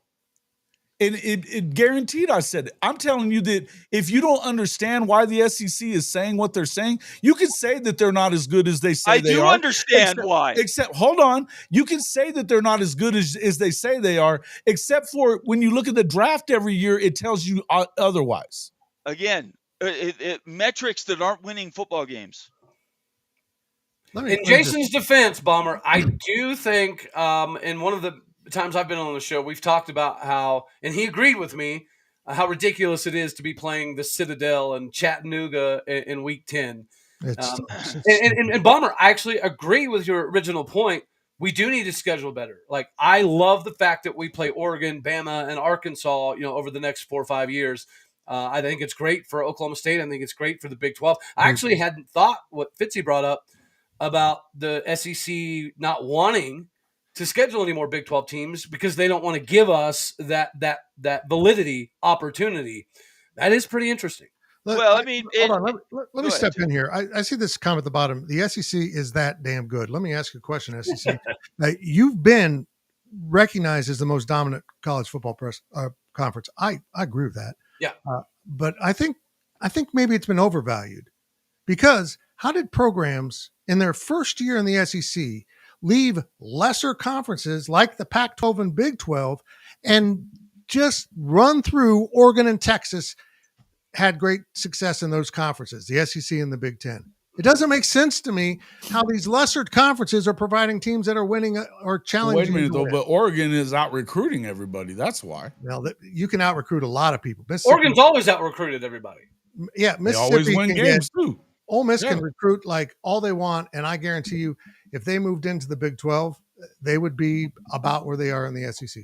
They would. They just would. Yeah, I don't think they're not that dominant. I think the top half of the SEC. No, I think Lane is really good. He's done more at Ole Miss than anybody else. That they have a total of like 5 10-win seasons in their history. Right. He's got 3 of them. I'd say the top 4, 5, 6 teams in the SEC are undeniably typically. Or I think it's 10 and he's got 5 or some shit like that. But the bottom half of the SEC has been overvalued for quite some time. In my opinion. Two things can be equal and honest and open at the exact same time. The SEC doesn't feel a need to give up their dominance, and I wouldn't either. Nope. I totally understand why they feel the way they do.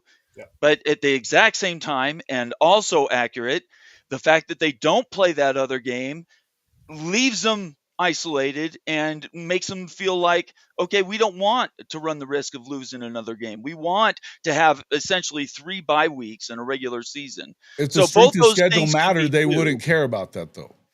So, okay, it's a dangerous slope when you talk about changing whatever the measurement is for strength of schedule, though, because I guarantee you Greg Sankey's not going to change that. I'm not talking about changing the measurement. I'm talking about actually going by it. Well, but it's a loaded figure is my point, Jason. Mm-hmm. It's a loaded figure. It builds itself. This is where you and I disagree, because what I'm saying is everything tied into what makes the SEC dominant is based on 3 or 4 schools right now, today. Not that it won't be that way 8 schools this year, but up to now, the last, it's been 12 years. It's been Nick Saban. It's been LSU, Auburn once. I mean, but we're talking about they've had 4 different national champions though over a period of the last decade. Well, you just said the same 3 or 4 teams. Yeah, but it's the same teams. It's not like you've got all of a sudden somebody's jumped up from the bottom and started. There's only 2 that's done it in the Big Ten though. But I'm not. The point is we're not comparing to the Big Ten. The Big Ten plays 9 games.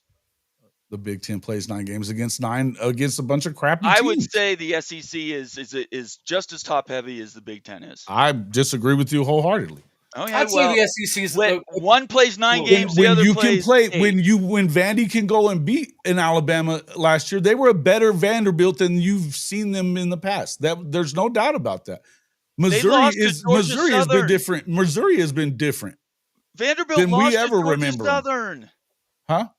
Vanderbilt lost to Georgia Southern or Georgia State, whatever it is. Okay, yeah. So what is it? You know is what? They beat Alabama. Notre Dame lost to Northern State? Illinois and still went in and beat the shit out of Georgia. These games happen sometimes. Sometimes these things happen. But Vandy also had the point. That was early in the year. It is what it is. Look. The point is, you have the best athletes there. You're going up against it's 9x. It's going to be 9 losses. And if you're not going to use the strength of schedule metric, why would they add a 9th loss if all we care about are the losses and wins? If all we care about are losses and wins, then you can't have it both ways. You either have to make the metric matter. You either have to make the metric matter, and this is what the only thing I'm going to argue with you about. You either have to make the strength of schedule metric matter to the formula of getting in, or you have to shut up about 9 conference games. That's all. Wait, say that again?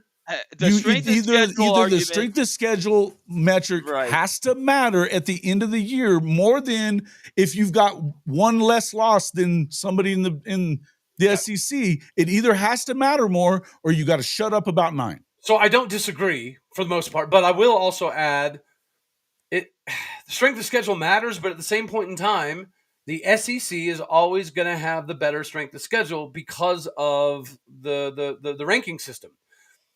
Like it's true. The SEC is going to be ranked pretty much the entire top 10. Look, I didn't intend for this conversation to be about the SEC and everything like that. I'm not going to sit here and defend the SEC against all 3 of you guys. I'm not doing it. Well, I'll say this. I think when calculating strength of schedule, if we really want to say playing Power 4 games is important, I think everyone should be held to the standard of 10. You play 10 Power 4 games a year, and if you play 11, like West Virginia does sometimes, which is insane, you're rewarded on your strength of schedule. We don't see that. We don't see any reflection of playing a harder schedule. The SEC continues to schedule, typically, some do 2, 1 decent non-conference game, and then 3 absolute trash piece of crap programs. And in November. Hold on. And we don't see a reflection of that in the strength of schedule. They're Tim, power level. The point is they shouldn't have to because their strength of schedule is so great. They shouldn't have to take on that. I just opened up one, and I went to the very first one in the SEC. I'm just going to Alabama. Let's count the number of Power 4 teams. And they play ULM, and they play Eastern Illinois at the end of the year, the game that everybody freaking hates. They play those guys. But do you know who else they play? They play Florida State. They play Wisconsin. They played Wisconsin last year. They're playing both of those teams. These are Power 4 opponents that you say are, Wisconsin's shitty, but they're playing them. Yep. Then they go through their 8. There's your 10. Yeah, no, I'm not saying everyone in the SEC doesn't do it. They should be doing it. You don't want to play 9. What nobody realizes, the SEC has an actual rule that you have to play a non-conference Power 4 opponent. So that's a rule. So does the Big 12. I think 10 is the number then, Jason. Don't make it a conference game, but make it every school They're has doing to it. To, They're doing it. It's just they're doing. I will go all the way. I'll go through them and count them all, and then I'll tell you which ones didn't. But I'm just saying, in the end, you have to look. Oklahoma's playing 9 freaking or 8 preseason top 25 teams. 8. Right. Yeah, Oklahoma is near the top in strength of schedule. Yeah, that's insane. Florida too. Florida is not. I mean, Florida got it. How they won 8 games against that schedule last year, I'll never know. Yeah. Again, Jason, I don't disagree. My only point would be that the rankings are skewed purposely towards the SEC. So, of course, your strength of schedule and RPI are always going to be higher. Yeah, it's built into the system. That's the problem with it. Guys, I got to run. Okay, Tim, it's great to see you. Yes. Appreciate you coming in, Timmy. Boys, you're the best. I'm glad I could make it. I love it, man. It's been a while, man. We got to do it more. We got to do it more. I gotta get a hold of you anyway, though. I'm gonna shoot me a message. I'm gonna show you. I gotta send you something. Oh, it's gonna be nudes. It's gonna be nudes. It's gonna be nudes. No, it isn't. Not you today. You don't fight with people you don't respect. I'll tell you that right now. Factamundo. It's going to be a custom rise and shine. I love you guys. I love you guys. Man. I need to apply that to X. That's a good philosophy. What's that? don't fight with people you don't respect. I try to examine. That's everybody. That should absolutely be the X. That's why I don't hang around on X very much. I won't spend time with anybody that I'm not willing to sit down and argue over a glass at a bar. It's not worth it. I actually had somebody tell me the other day, I had a piece of information and they're like, you should tweet it and da-da-da. I was like, nah, I don't really do that much anymore. Why? Because you're going to get ridiculed no matter what you say. Even if you're dead on and you're proven to be accurate, people in the comments are still going to trash you. So you still suck. Being the first of information doesn't matter to me anymore at all. I had a guy freaked out. I said something about, and this was to another Oklahoma fan. I'm like, I don't know what you guys are so upset about about this recruiting stuff. They have a top 10 roster. You really think we have a top 10 roster? And then the Texas guy's like, you saying that this is a top 10 roster is hilarious. I'm like, it's actually even better than that. But we shall see. I hope so, because I'll be honest with you. I think that I know what the narratives are. I know what the narratives are. Texas being good in the SEC is beneficial to the Big 12 from a perception perspective. We need to get. I hope it works out too. Later, Fitzy. Didn't Texas just win like 8 conference titles? That's pretty good. I think that's a reflection of Texas. They won like 8 conference titles this year. Oh, in different various sports. Can we have games, please?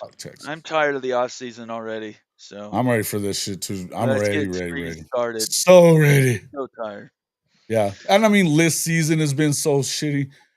I didn't get to tell Fitzy. News has been fun, but it just is so grinding. Bro, you should be living on cloud 9 right now.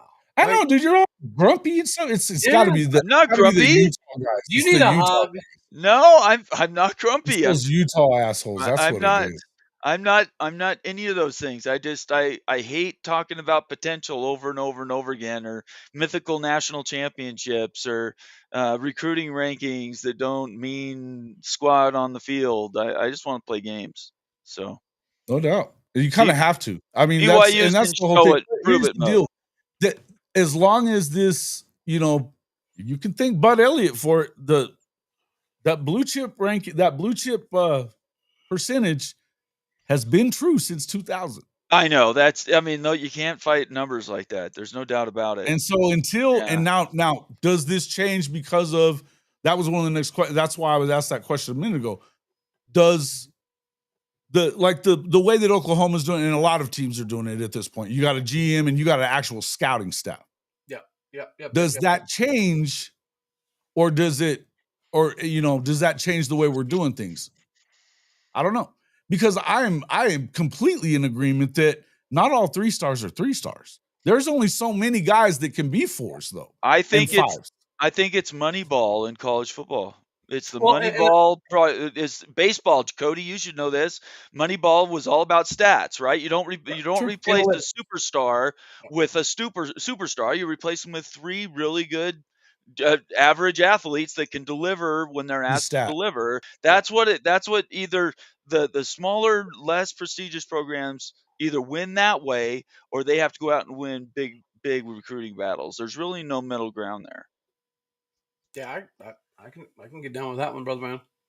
And a GM will do that, Jason. To answer your question directly, BYU has had a GM 2 years, and Jim Nagy is looking at body types. Yeah, it's a whole different. It's he doesn't give a shit about stars at all. Yeah, well, they look at NFL background. They look at where their families are from. They look at what their socioeconomic. They look at for 25 years. What sports? What sports they play. Were they good teammates? These are things that coaches in the past did not have the time to pay attention to. Kalani doesn't pay attention to any of it. All Kalani wants to do is you put a recruit in front of him, he'll give him a big hug. Tell him I love him and I will take care of him. And that's what a coach should do. They've done a great job recruiting at Oklahoma too. That's why I say it's not as if you needed them to recruit, and they're not going to recruit. Right. The coaches are going to do that because you have to still sell what you're doing as a coach in order to get them there anyway. But I agree. And Kalani's, put him in front of me. That's what I want you to do. Yeah. And I think the evaluation, the identifying part is hard. Yeah. The evaluation of high school kids has even gotten more convoluted because of the transfer portal. Like, Jay, like I get to do some of this 7-on-7 scouting recruiting thing. And one of the biggest things I see is the lack of coverage that used to be there. And it's because some of these dudes that they do these evaluations for a living, they're now evaluating transfers as much, if not more, than high school players. So the star system is getting even more convoluted and kind of crazy. So I think that the GM role is absolutely phenomenal. We talk about NIL, right? We talk about Iowa State maybe not having enough money and Kansas State running out of money eventually, this, that, and the other. The biggest concern to me is the teams that are running this NFL style of operation. Now, Oklahoma State's in the first year of ever running like this. But I don't know how long we could sustain having 3 linebacker coaches and 3 O-line coaches and 3 DB coaches. You know what I mean? We're handling things like an NFL system. And from a financial perspective, I don't know how long we can both do that and still pay the NIL money. To me, that's going to be the biggest concern moving forward. It's not necessarily the NIL, but it's how do you keep operating like an NFL system financially? It's tough. You have to be smart with your money, be debt free, and then you can go out and freely spend. That's been BYU's modus operandi. The plan is to not go into debt and then to reinvest in yourself. In a lot of ways, BYU's got the upper hand in such a short amount of time, not over the Big 12, but in college football in general, because they owe nobody nothing. They own everything. They're cash positive, so they can go out and make decisions not based on debt and debt service, but I've got cash sitting in the bank. What do I want to invest in this year? And that's the problem with the schools that are so slaves to their legislatures. And put yourself, who's the AD at Iowa State? Put yourself again back in his shoes. You see ASU just get bailed out for a little more than $51 million for spending practices that were over the top, knowing that it could happen again and the legislature will just continue to write checks. Iowa State doesn't have the tax base to do that. They have a third the population. How do you compete? And these are the challenges that a Cincinnati, these are the challenges, even a UCF or a West Virginia. It's not about pride. It's not about competition level. It's what's the sustainability from a financial standpoint. And what's funny? Like everybody was saying that UCF is the sleeping giant. Yeah, take over the Big 12. They have the biggest alumni base in the country. Oh, I know that, but I don't think BYU got enough respect in that category. Like whenever you go look at the Hall of Famers that BYU has from both a college and NFL perspective, I think it's one of the largest face. People don't remember the fact that this is a large church that has people all over the world that want to move the church's message forward. Yeah. And so the football program is a way, we always talked about it's the front porch of your university. That's what college sports have always been. In the case of BYU, it's a big ass porch. A big porch. Because there's people all over the world that know who BYU is, and they wouldn't know any other college football team. It's like that with Notre Dame. Yes, Notre Dame's and Miami, I would say, is very similar as well. Private schools have a natural advantage, but Jason, USC, you hit the same thing. Yes. You have the nailed on top. The Church of Jesus Christ of Latter-day Saints that runs BYU has made a conscious decision that they want to be out front in front of the world with their athletics. And to do that, they went out and got the number 1 basketball recruit in all of college basketball, and they got the number 3 recruit in all of college football. And the positive attention that's bringing to the school and the church is worth way more than the 3 or 4 or 20 million they might be paying the player. The positivity and growth that it's going to bring to the church is going to pay in the tens of millions of dollars. Exactly. And that's where these ideas that you're going to be restricted by some government process or some house settlement or this or that or the other, fair market Yeah, good luck holding Miami or USC or BYU or Notre Dame to fair market, because they measure things on the level of souls, not So on that's dollars and the cents. whole point. How are you going to do that at all? You can't. You can't. What is a fair market? What the hell is a There fair is no market such thing as a fair anyways? market, Jason. You know I know It's that. the stupidest thing I've ever heard of in my life. And what is fair market? The Okay. hell is fair market? All of this changes the closer you get to the process. Really, like I used to be one of those dudes that was like, somebody decommitted, I'd be like, oh, we didn't want him. He's no good. He's not loyal and true. But the more you dig into it and the more you see the behind the scenes conversations, the more you realize that the business aspect of it is completely taken control. And BYU is a program that's been, I would say, pretty competent when it comes to business acumen over the years. And they shook up the college football world yesterday. So the BYU donors are super happy if that's what their objective is. You guys were probably the most trending thing in college football yesterday. Isn't that crazy? For 24 hours, you start at 7 a.m. on Pat McAfee and you go hour to hour throughout the entire day. What was that publicity worth yesterday, Jason? By the way, free publicity. How many tens of millions of dollars did BYU get in free publicity yesterday? Huge, man. I like it. And guess what? They'll probably get a portal quarterback that's really good because he's going to be on mission. Yeah, they've got a four-star guy they got from Stanford that they think they can train up, but he's going to come back and compete immediately. There's no doubt about it. Pardon my unintelligent question here, but has Retzlaff already been officially suspended, or what's that? No, is he still practicing? What's the deal there? I have only heard rumors. I'm on record as saying I would prefer he didn't play, not because he did anything wrong, but because it's glass houses, right? You don't want to set yourself up in this and then potentially have something come out later, maybe in a year, that actually this was really, really bad.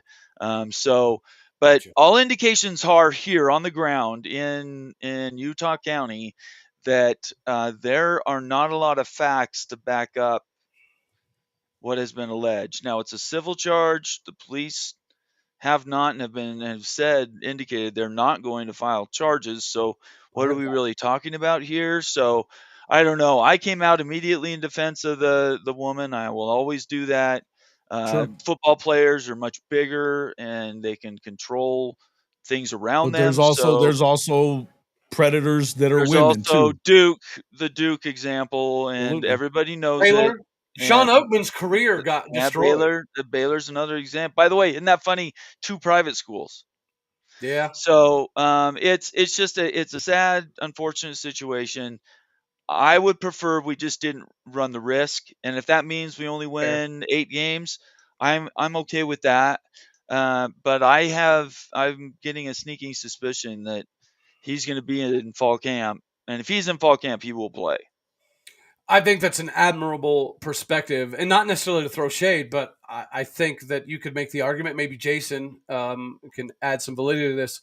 I would say that probably 80% of college football, they'd be finding a way for Retzlaff to play, no matter what.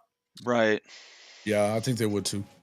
If they didn't have a guy that they thought that they could go capitalize on with it. Like hearing you say if it equals a 7-8 win season, then that's just a byproduct of the issue. I don't know very many teams across the country that would say that. I'm not throwing shade at any particular conference, Georgia, but if there's a decent amount of places where if you do there's a decent amount of places that are not about doing the right thing first. Right. Texas A&M. You know what I mean? Come on. Let's just be real. There's SMU. I mean, you know what I mean? Dude, I was doing something about Ollie Gordon's DUI, and in that research, I found it was like 26 or 27 Georgia players had been arrested in the last year, speeding and all that other stuff. Oh yeah. And so Ollie Gordon it's gotten to the point that they're having to kick people off the team at this point now. But yeah, I was doing because my it just continued and people are continued and freaking out. continued. It's just been bad, yeah. No People are doubt. freaking out over Ollie, but nobody's talking about these 26 Georgia players. Like, it's just crazy. I think don't think the Ollie Gordon thing wouldn't have turned into such a thing if Gundy hadn't have gone out and butchered Big 12 media days. Correct. If Gundy would have shut up and not said, "I've done it 100,000 times," he's the one who kept the light bulb on it. That was so dumb. Honestly. I thought it was great. Okay. Listen, I get why you did, and you want to take up for your guy if he's getting beat up. And I didn't think that you needed to beat up Ollie. I mean, shit happens. Shit happens. They're kids, right? They're kids. Again, like I said, college kids, they what drink. What he said was true. What do most Okies do in the off time? We go back roading. But to me, it was okaying it to your. It was okaying it to your program to go drink and drive. Mike Gundy, I don't think is super honest at all with the media. So when he does have these honest moments, I'm appreciative. Now, listen, I get that part, but I gotta tell you, you should be less honest about that shit and more honest about like what you're really doing with some of the other stuff. I'm just saying. I don't disagree. I absolutely hammered Mike Gundy, and obviously, because I think that you need to set a better example. You don't need to tell him I've done it 1,000 times. You don't need to say that. Our fan base is poor comment is something that I'll never get over. I cannot believe he said that.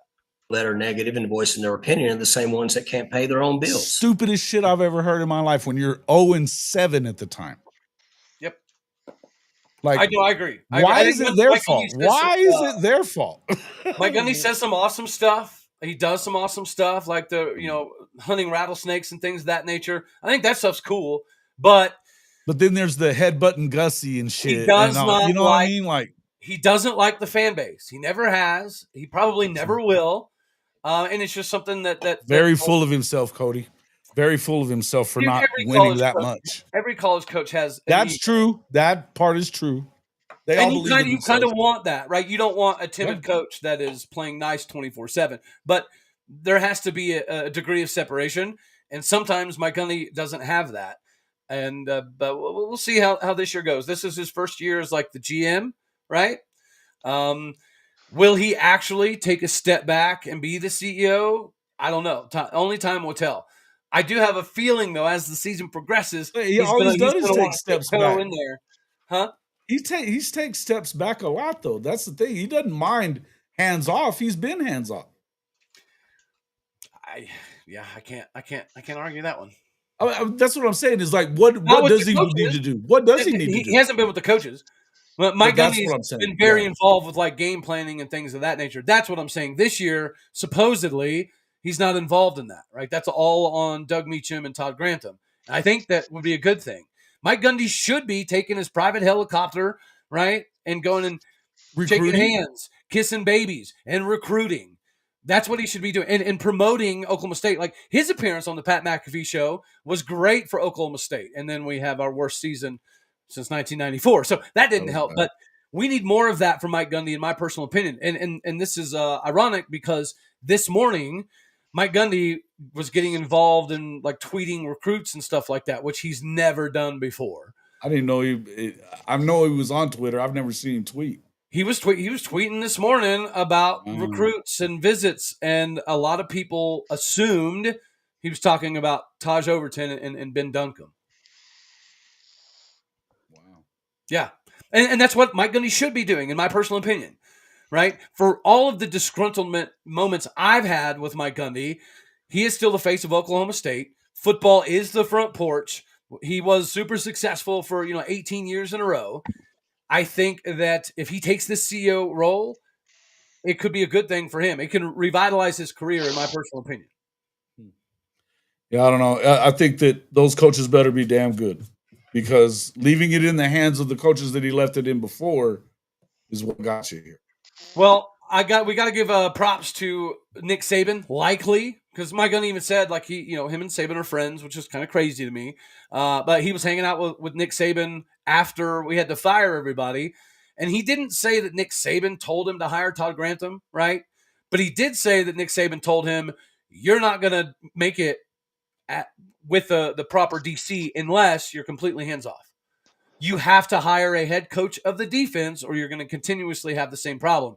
And then 2 weeks later, we hired Todd Grantham, who was a defensive coordinator at Alabama just a few years ago. So I do think that there's a correlation between the Mike Gundy and Nick Saban conversations and why Todd Grantham is now at Oklahoma State making $1.3, $1.4 million as a defensive coordinator. And now we're recruiting consensus 4-star dudes.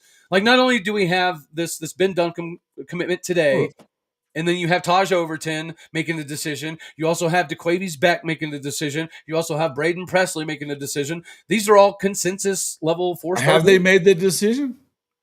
No. I'm saying that these commitments. Right now you have 1 4-star and like 16 threes. Yeah, not that I care, but that's where you're at. No. We need these dudes because I think last time on your show we were number 19 in the country in recruiting, and now we're like number 50, right? So we've had 50 and then 66 on 247. We've had 3 decommits in the last like 4 or 5 days. One of them being consensus 4-star Jason Bradford decommitted from Ohio State to go to TCU. But again, there's obviously that's rough. You can't have that happen.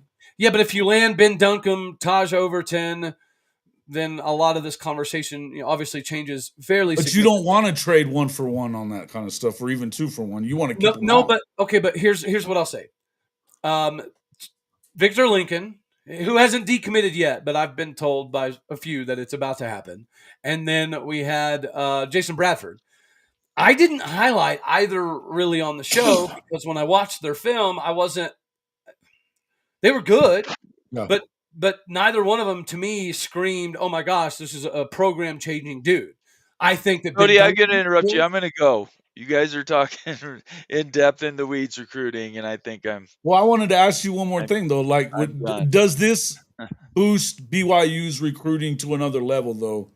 Getting a guy like this generally does, is why I'm saying that. When you get a quarterback that can do a lot of recruiting for you, does this that where they're headed with this? Do you believe?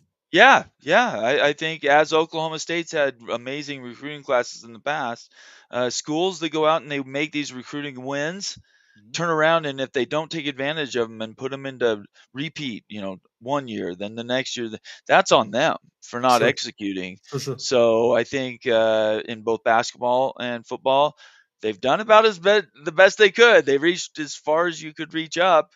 Now it's just a matter, can they sustain it? They certainly invested. The basketball team is going to be legit. Yes. Yeah, it could be Final Four this year or more. So, yeah, it's going to be it's a good year to be a BYU Cougar, but I as much as I'm a BYU fan, I'm just desperately begging for the Big 12 to be better. I think it has to be at some point, but I think that I think there's the difference, and that was what I was saying when I kind of made the comments about Utah. But whereas Utah's bitching, BYU's working. Yeah. Arizona State's working. These things that you got the bitchy part, and it's a lot of the guys. I mean, a lot of them are either Utah or it's going to be one of the Hateful Eight. They're going to bitch. You got to go out there and win instead. Go win. Yeah, go win. Go find a way to compete and get a hold of Brett Yormark is my thing. It's like, God, dude, stop. Can't keep misstepping like this. The rivalry stuff, that is a self-inflicted gunshot wound with a shotgun on your foot. It's just dumb. Playing in October is such a mistake. Yeah, the Holy War, somebody mentioned that in the comment earlier, the Holy War should be on rivalry weekend. Absolutely, because it's the only big-time rivalry we have other than Farmageddon. And from a national perspective, the Holy War, I think, definitely carries more weight. You think it should be on the same, well, not the same day necessarily, but the same weekend? Wednesday. I think it should be the Wednesday before Thanksgiving is when that game should be on. I don't have a problem with that at all. Wednesday? Yeah. Listen, you want to have the TV. You want to have all the eyes. You want to have all the eyes. And you can't compete Thursday. You can't compete Friday. The Egg Bowl, even though Mississippi and Mississippi State are usually not very good, the Egg Bowl carries a lot of freaking households on that weekend or on Thursday on that day. Definitely wild. Even Texas and A&M did not continue to go for Thanksgiving.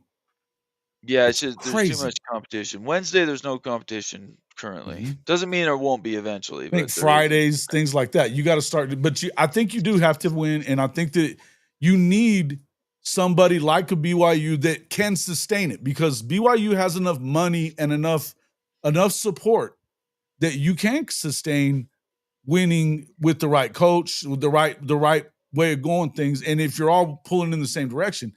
But because you need that I think you need to have at least that one team that 3 out of 5 years they are playing for a championship in the Big 12, and they are, when they make it to the playoff, they're not one and done. Yeah, I can't disagree with that. I think Oklahoma State, Kansas State, Baylor's going to be good this year. Utah's going to be good. Arizona State's going to try to repeat. I think BYU's going to be a lot better than people think. So I don't know. Schools are out there, but you said something yesterday about I felt like you were a little worried about him going on the mission, and will he be the same? To me, I've always looked at BYU's they're grown ass men when they get back from these missions, and that's why you've been so good so many times. I think because they're grown ass men. Yeah, I'm not afraid of his physical skills. I'm afraid that somebody comes along and throws a bag at him after he gets back from his mission and he goes somewhere else. I could understand that part too, but you've already done that, right? That's why they gave him a lot of upfront money, right? If we understand the rumor, and this is something I wish I was going to mention when Tim was here, the compensation packages are changing now, and guaranteed money is now something that they're throwing at athletes instead of huge NIL numbers by themselves. They're saying, even if you get hurt, you're going to get X. And that is signing bonus. The rumor is signing bonus. Well, I don't know how it would work, but it's insured. Essentially, you're going to be taken care of whether you play 1 down or 8 downs. And it's a differentiator right now. Pretty soon everybody will be doing it. But from what I understand, that was one of the things that made a difference for Ryder. Bomber, you the man. I love your face. Oh, you guys are awesome. Thanks for having me on, Jason. It's good to see you. I love it. Yeah, we'll have to do a preseason thing. Cody, give me a call. Absolutely. Yeah, we'll do, buddy. And Jason, good luck to Oklahoma, man. You guys got it. I'm picking you guys high. Yeah, they got to start winning too. They got to win too. This is this is a one-way street. Oklahoma, you have to win. Yeah, college football. It's not okay to lose at OU. Oklahoma's good. Not okay. That's all I'm saying. They're not going to. It will stay very hot in that kitchen if he don't win. And this is what it is. Third year is the year. That's what we look at. Everybody's third year. It's year 4, actually. Is it Ben Venables? This 4th year? This is 4th year. Yeah. Boy, that's been underwhelming, hasn't it? They went. I mean, again, I preface all these conversations with, you got to remember how much of that roster was depleted very much so by Lincoln, and then he flipped it and won 10 the next year. Now losing to Kansas and losing to Oklahoma State wasn't good. Right. I mean, that wasn't because you should have made the playoff. You know what I mean? Right. Yeah. Or you should have at least been in the championship game. Losing that Oklahoma State game. Well, I will talk about that bullshit. Well, shoot for the playoff this year. How about that? Hey, listen, I think that you need to be in contention for the last couple of weeks of the season for sure. There you go. That sounds good. All right, guys. We'll talk to you later. Thanks for your time. See ya. Hey, speaking of that recruiting number, this was not on my radar. I had no clue that we were even deep in on this guy, but Oklahoma State just landed 4-star, number 1 player in the state of Arkansas, Danny Beal, 6'3", 305-pounder, picks Oklahoma State over Ole Miss, North Carolina, and Mizzou. Nice. And Ben Duncombe is supposed to commit today. So they're obviously putting some money into it then? Yes. Yeah, but from a financial perspective, we don't have North Carolina, Mizzou, Ole Miss money, but obviously we're close enough to be competitive. Listen, I've never bought we don't have the money. And if we I've never bought that shit. If we land Taj Overton, we land Ben Duncombe. I think you guys have. I think you've already done that. I think that's already happened. I mean, the Overton's out. The odds look good. I'll say that. Here's the one thing I would. There's reports about they're worried about an injury that he had. So that was a concern, and I think it may be even a concern there at Oklahoma State. But the money, that's where the money kind of, hey, look, because it's all about minimizing risk whenever you're one of these scouts. You know what I mean? Yeah, for sure. These red flags pop up. We were just talking about what kind of kid are they? They're getting into a lot of that stuff. When they're scouting, they want to know who you are all the way around, right? Yeah. That's where you start looking at injury issues, things like that in the past.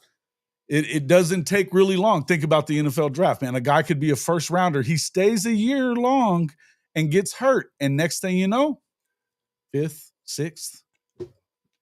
Look at Ollie. Ollie came into the season as a projected. Yeah, what round did he end up going in? 4th, 5th. Oh, well, that's better than I thought it would have. He went from a top 20 pick. He went from a top 20 pick to a 4th, 5th rounder. Like that's. No, I'm saying that's better than after the year he had. That was better than I thought he was. I thought he was going to be into the draft type of dude. 4th or 5th is like mid rounds. So I still thought he was going to be a 3rd rounder because he still had 900 yards, getting hit in the backfield 51.8% of the time. He's still a good runner. Man. Right. Yeah. And he's already. I think that the DUI hurt him. I think it changed him a little bit on how he felt. I don't think he was the same kid. You know what I'm saying? Gotcha. And it could have been a lot of it. They sucked. They were not keeping people off him. But we had the worst. He ran through a lot of trash the year before that, though. We had the worst O-line in the entire Power 4. It was what it was, and Alan Bowman is. He'll always be loved and appreciated because of the Bedlam W, but overall, man, he was a problem, and Mike Gundy was absolutely infatuated with Alan Bowman for whatever reason. If we're gonna have a case study, that should be the case study. What was the deal between Gundy and Bowman? Because I mean, you didn't have to be a rocket scientist to see that we had deficiencies at the quarterback position and the O-line.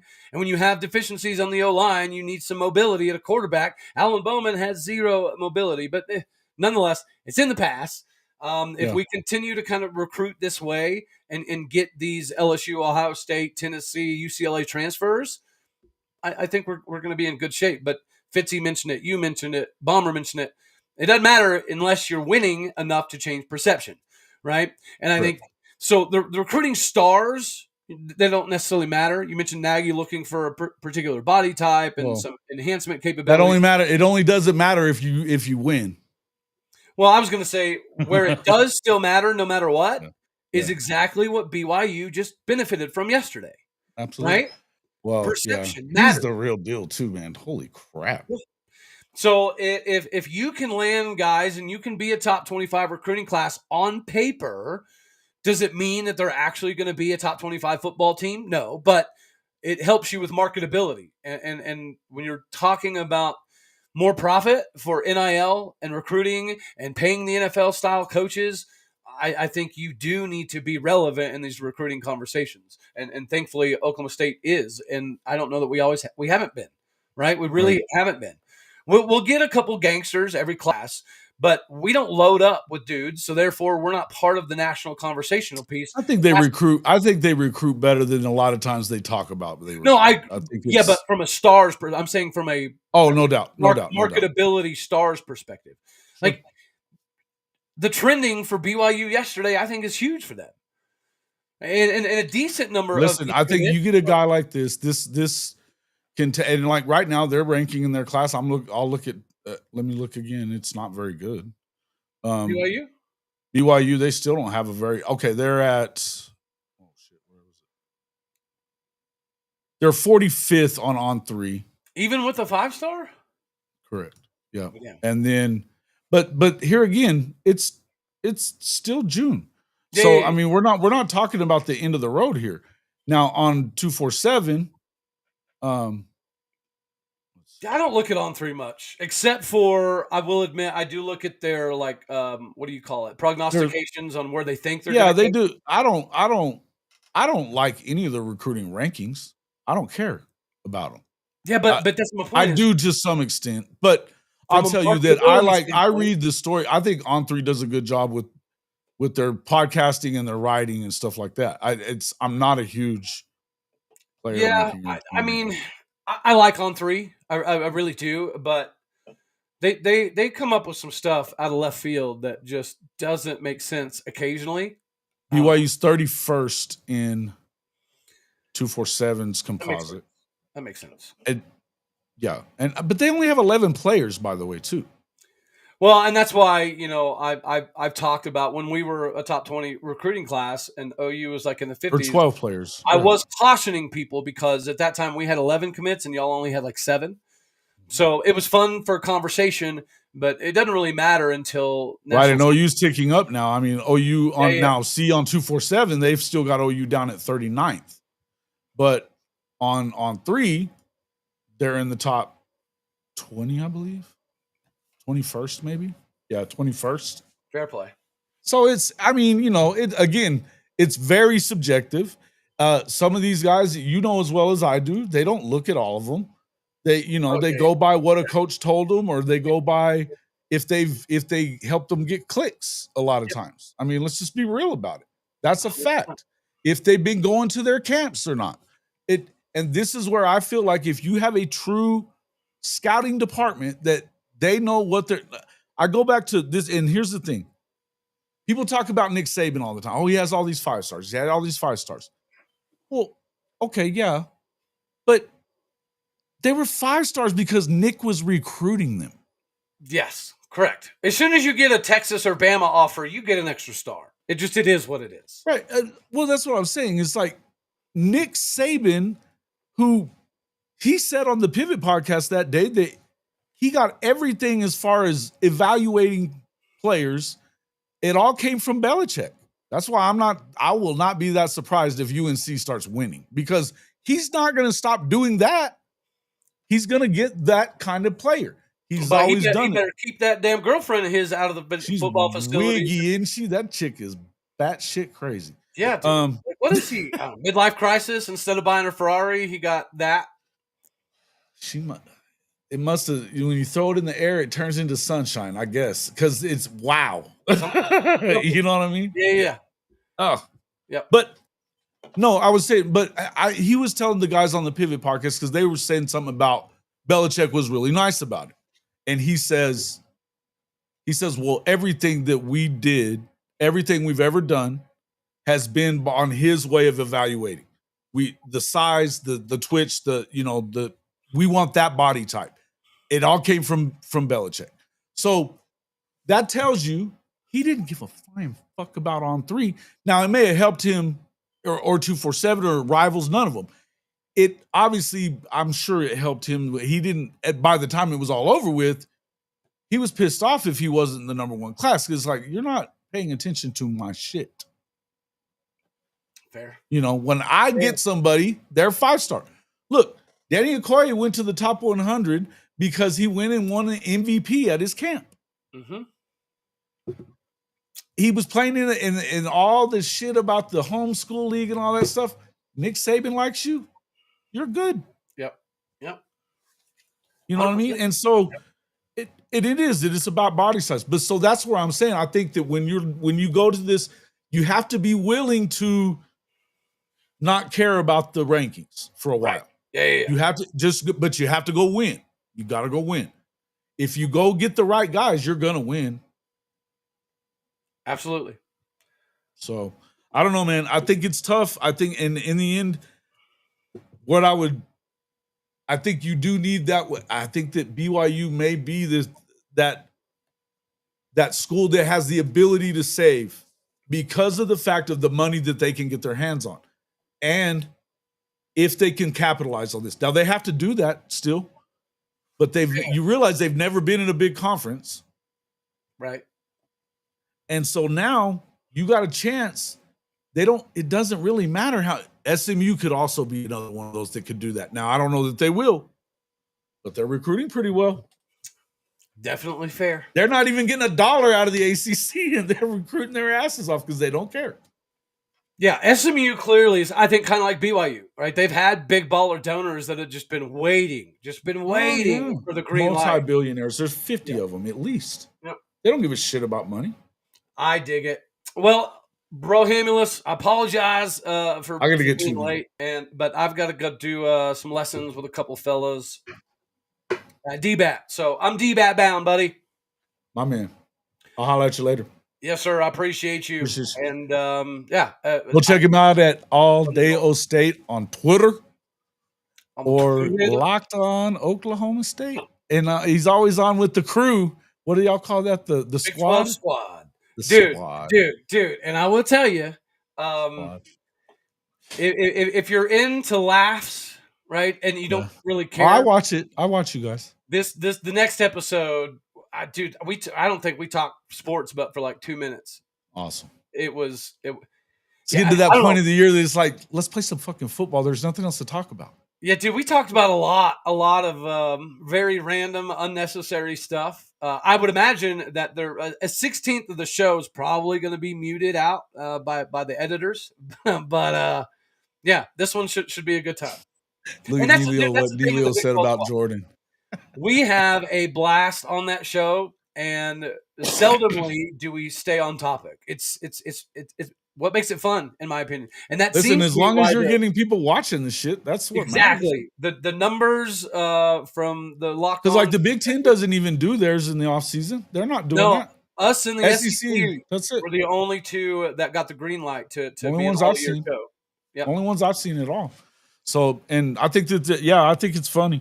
And I think I'm still not digging Drake and all his bullshit stuff. So they only have me and Paul on there to be the crazy. Stir the pot? Yeah. To say something crazy? Yeah, absolutely. Sometimes it just vomit. Hey, I want to ask you, because I didn't get a very good response, but there weren't that many people in here. Real quick, 400 people in here right now, most of them coming from Twitter. Twitter folks. Oh, nice. Twitter folks, look, I would love to be at 5,000 subs on YouTube, because that's where, we get help. We're monetized there. Mm-hmm. So you Twitter folks, if you're enjoying the stream, it's at HOF-CFP. CFB at HOF. I'm going to put it in there. I'm going to put it in there in the chat. And for everybody out there, well, if you're not a regular, I will say, it's unfortunate that Jason cheers for the team we do not speak of, 71 miles south of Stillwater. However, when it comes to grinding, Jason is a consummate professional. Not only does he do this, but he writes constantly. He's always involved in the newspaper side of things. So when Jason's not on this in front of a camera, he is still working and writing and covering. And so even when you and I have disagreements, and we've had massive disagreements at times. Sure. I was just screaming at Bomber of all people. What the fuck just happened? My respect level for what you do is pretty intense, because I do know, man. People don't understand how much work, right? Everybody's like, anybody can have a YouTube show, which is true. And anybody can theoretically throw up a YouTube show. They could. But I think there's a validity in consistency is a thing, though. Consistency is a thing, and you do that very well yourself, sir. Well, I love film. I love recruiting. I love watching high school kids develop, and then naturally, I love all this shit. I love it. I love talking about it all points of the day. Building bridges. To me, it's more about relationships, right?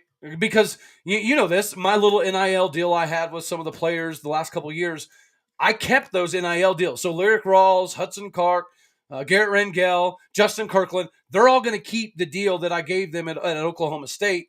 Because, I think it's more important to build these relationships if they're organic and natural. Yeah, and no doubt. I want people to understand that I'm not just here for the benefit of Oklahoma State. I'm here because I genuinely give a crap. Well, I'll tell you, the whole thing with Bo Bentley, I love Bo. I think Bo's going to be a good player. I like Jaden more. But I've gotten close with his family too. I think I know exactly what you're talking about, and I haven't been like that to where I even talked to a lot of recruits until recently. So it's not something that I expected or really asked for even. there's been a couple here and there, but it's been like, but this one, I mean, it kind of sucked the way it kind of went down.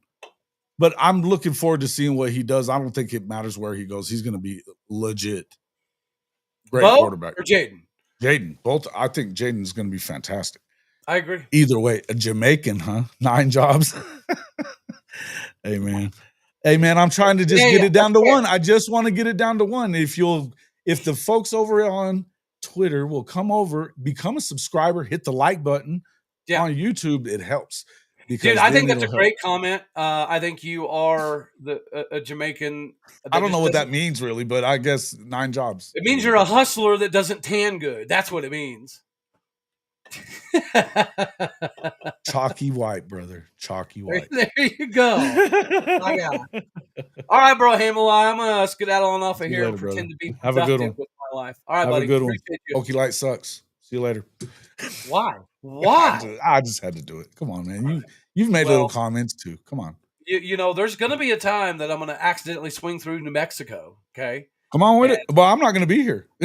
I'm not gonna be here. I'm fixing to leave. I'm almost out. Very true. Fair play. Well, hey, we got good things. We got big things coming, man. Big things. Big things. Can't wait. Excited about it. I'm excited for you and the senior growth and stuff. I think is pretty cool.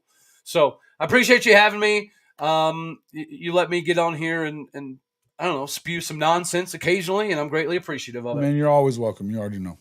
All right, bro. You're the only Oklahoma State guy that comes on my show ever. Hey, I appreciate you. God bless. Have a good one, brother. Go Pokes. And everybody needs to go love and support Taj Overton and Orange. Okay. Yeah.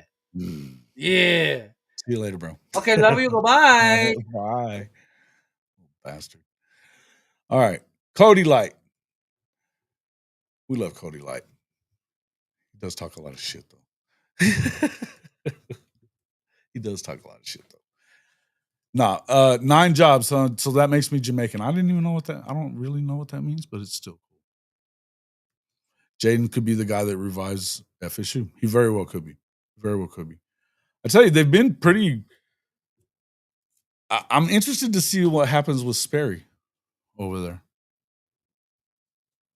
I'm interested to see what happens with Sperry.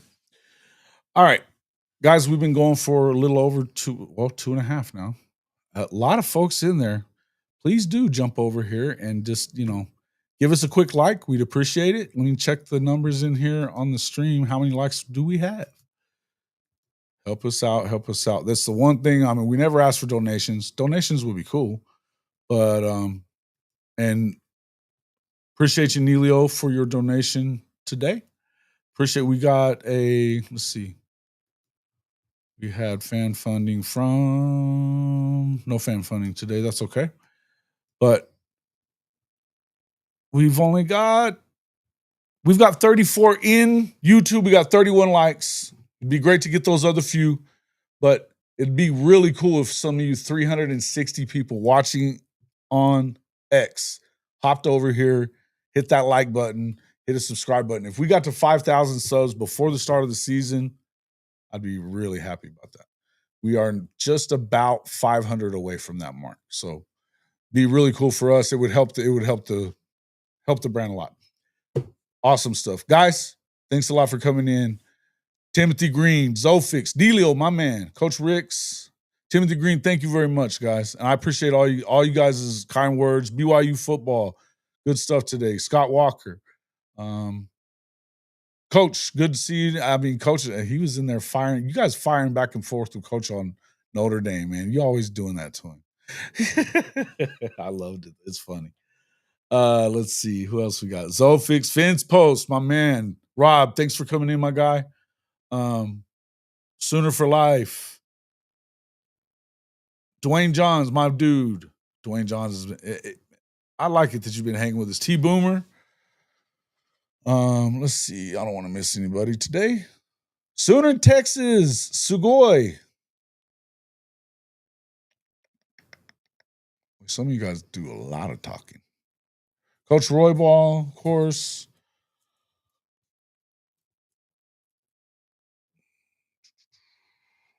Let's see who else. Come on. Coach Top was in here earlier. Scott Walker. Good to see everybody in here, man. I really appreciate everybody popping in, hitting that like button on your way in. Shoddy, thanks for coming, my guy. Yeah, man. Excited about all of it. Appreciate it all. Mars Jams, my dude. We had, I know I saw Seatbelt Mafia was in here as well. Appreciate everybody for coming in. If I missed your name, Elaine Tran. Good. Appreciate it. All right, guys. Make sure you check out our sponsors. It doesn't matter who you're a fan of. You get your best deal on my partner link at Fanatics. Are you tired of your game day gear looking like it's stuck in the offseason? Well, step up your fandom with Hall of Fame College Football's official Fanatics partner store. Whether you're a diehard Oklahoma Sooners fan like myself, bleeding Crimson and Cream, or you rep another one of the SEC's heavy hitters, Fanatics has you covered. Shop thousands of officially licensed hats, jerseys, sideline polos, and exclusive championship merch from the entire Power 4 and Group of 6 too, all shipped directly to your doorstep and fast. You want to gear up like your favorite coaches and players? Are you looking for that perfect tailgate tee or statement piece for your man cave? Fanatics is your one-stop shop for authentic college football gear from everybody that plays the game. So do yourself and your team a favor.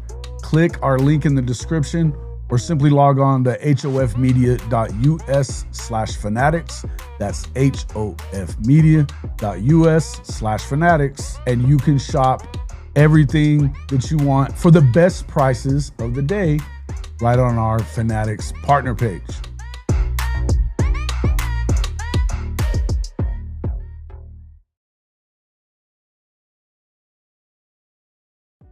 Hey, Jason Watkins here with Hall of Fame College Football.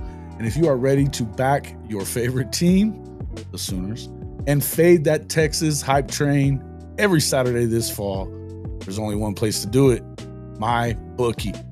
Right now, you can double your first deposit up to $1,000 when you sign up at hofmedia.us/MyBookie1000. That's hofmedia.us/MyBookie1000. Yep. 100% deposit bonus, and it takes less than 5 minutes to get started. Whether you're betting college football, rolling the dice in the online casino, or dropping a 10-leg parlay on SEC Chaos, MyBookie has everything you need. Bet anytime, anywhere, on the go, at the tailgate, or yelling at the refs from your couch. Just don't talk trash. Put your money where your mouth is. Hit that link, hofmedia.us/MyBookie1000, and get your deposit bonus today. Bet anything, anytime, anywhere with MyBookie and Hall of Fame College Football.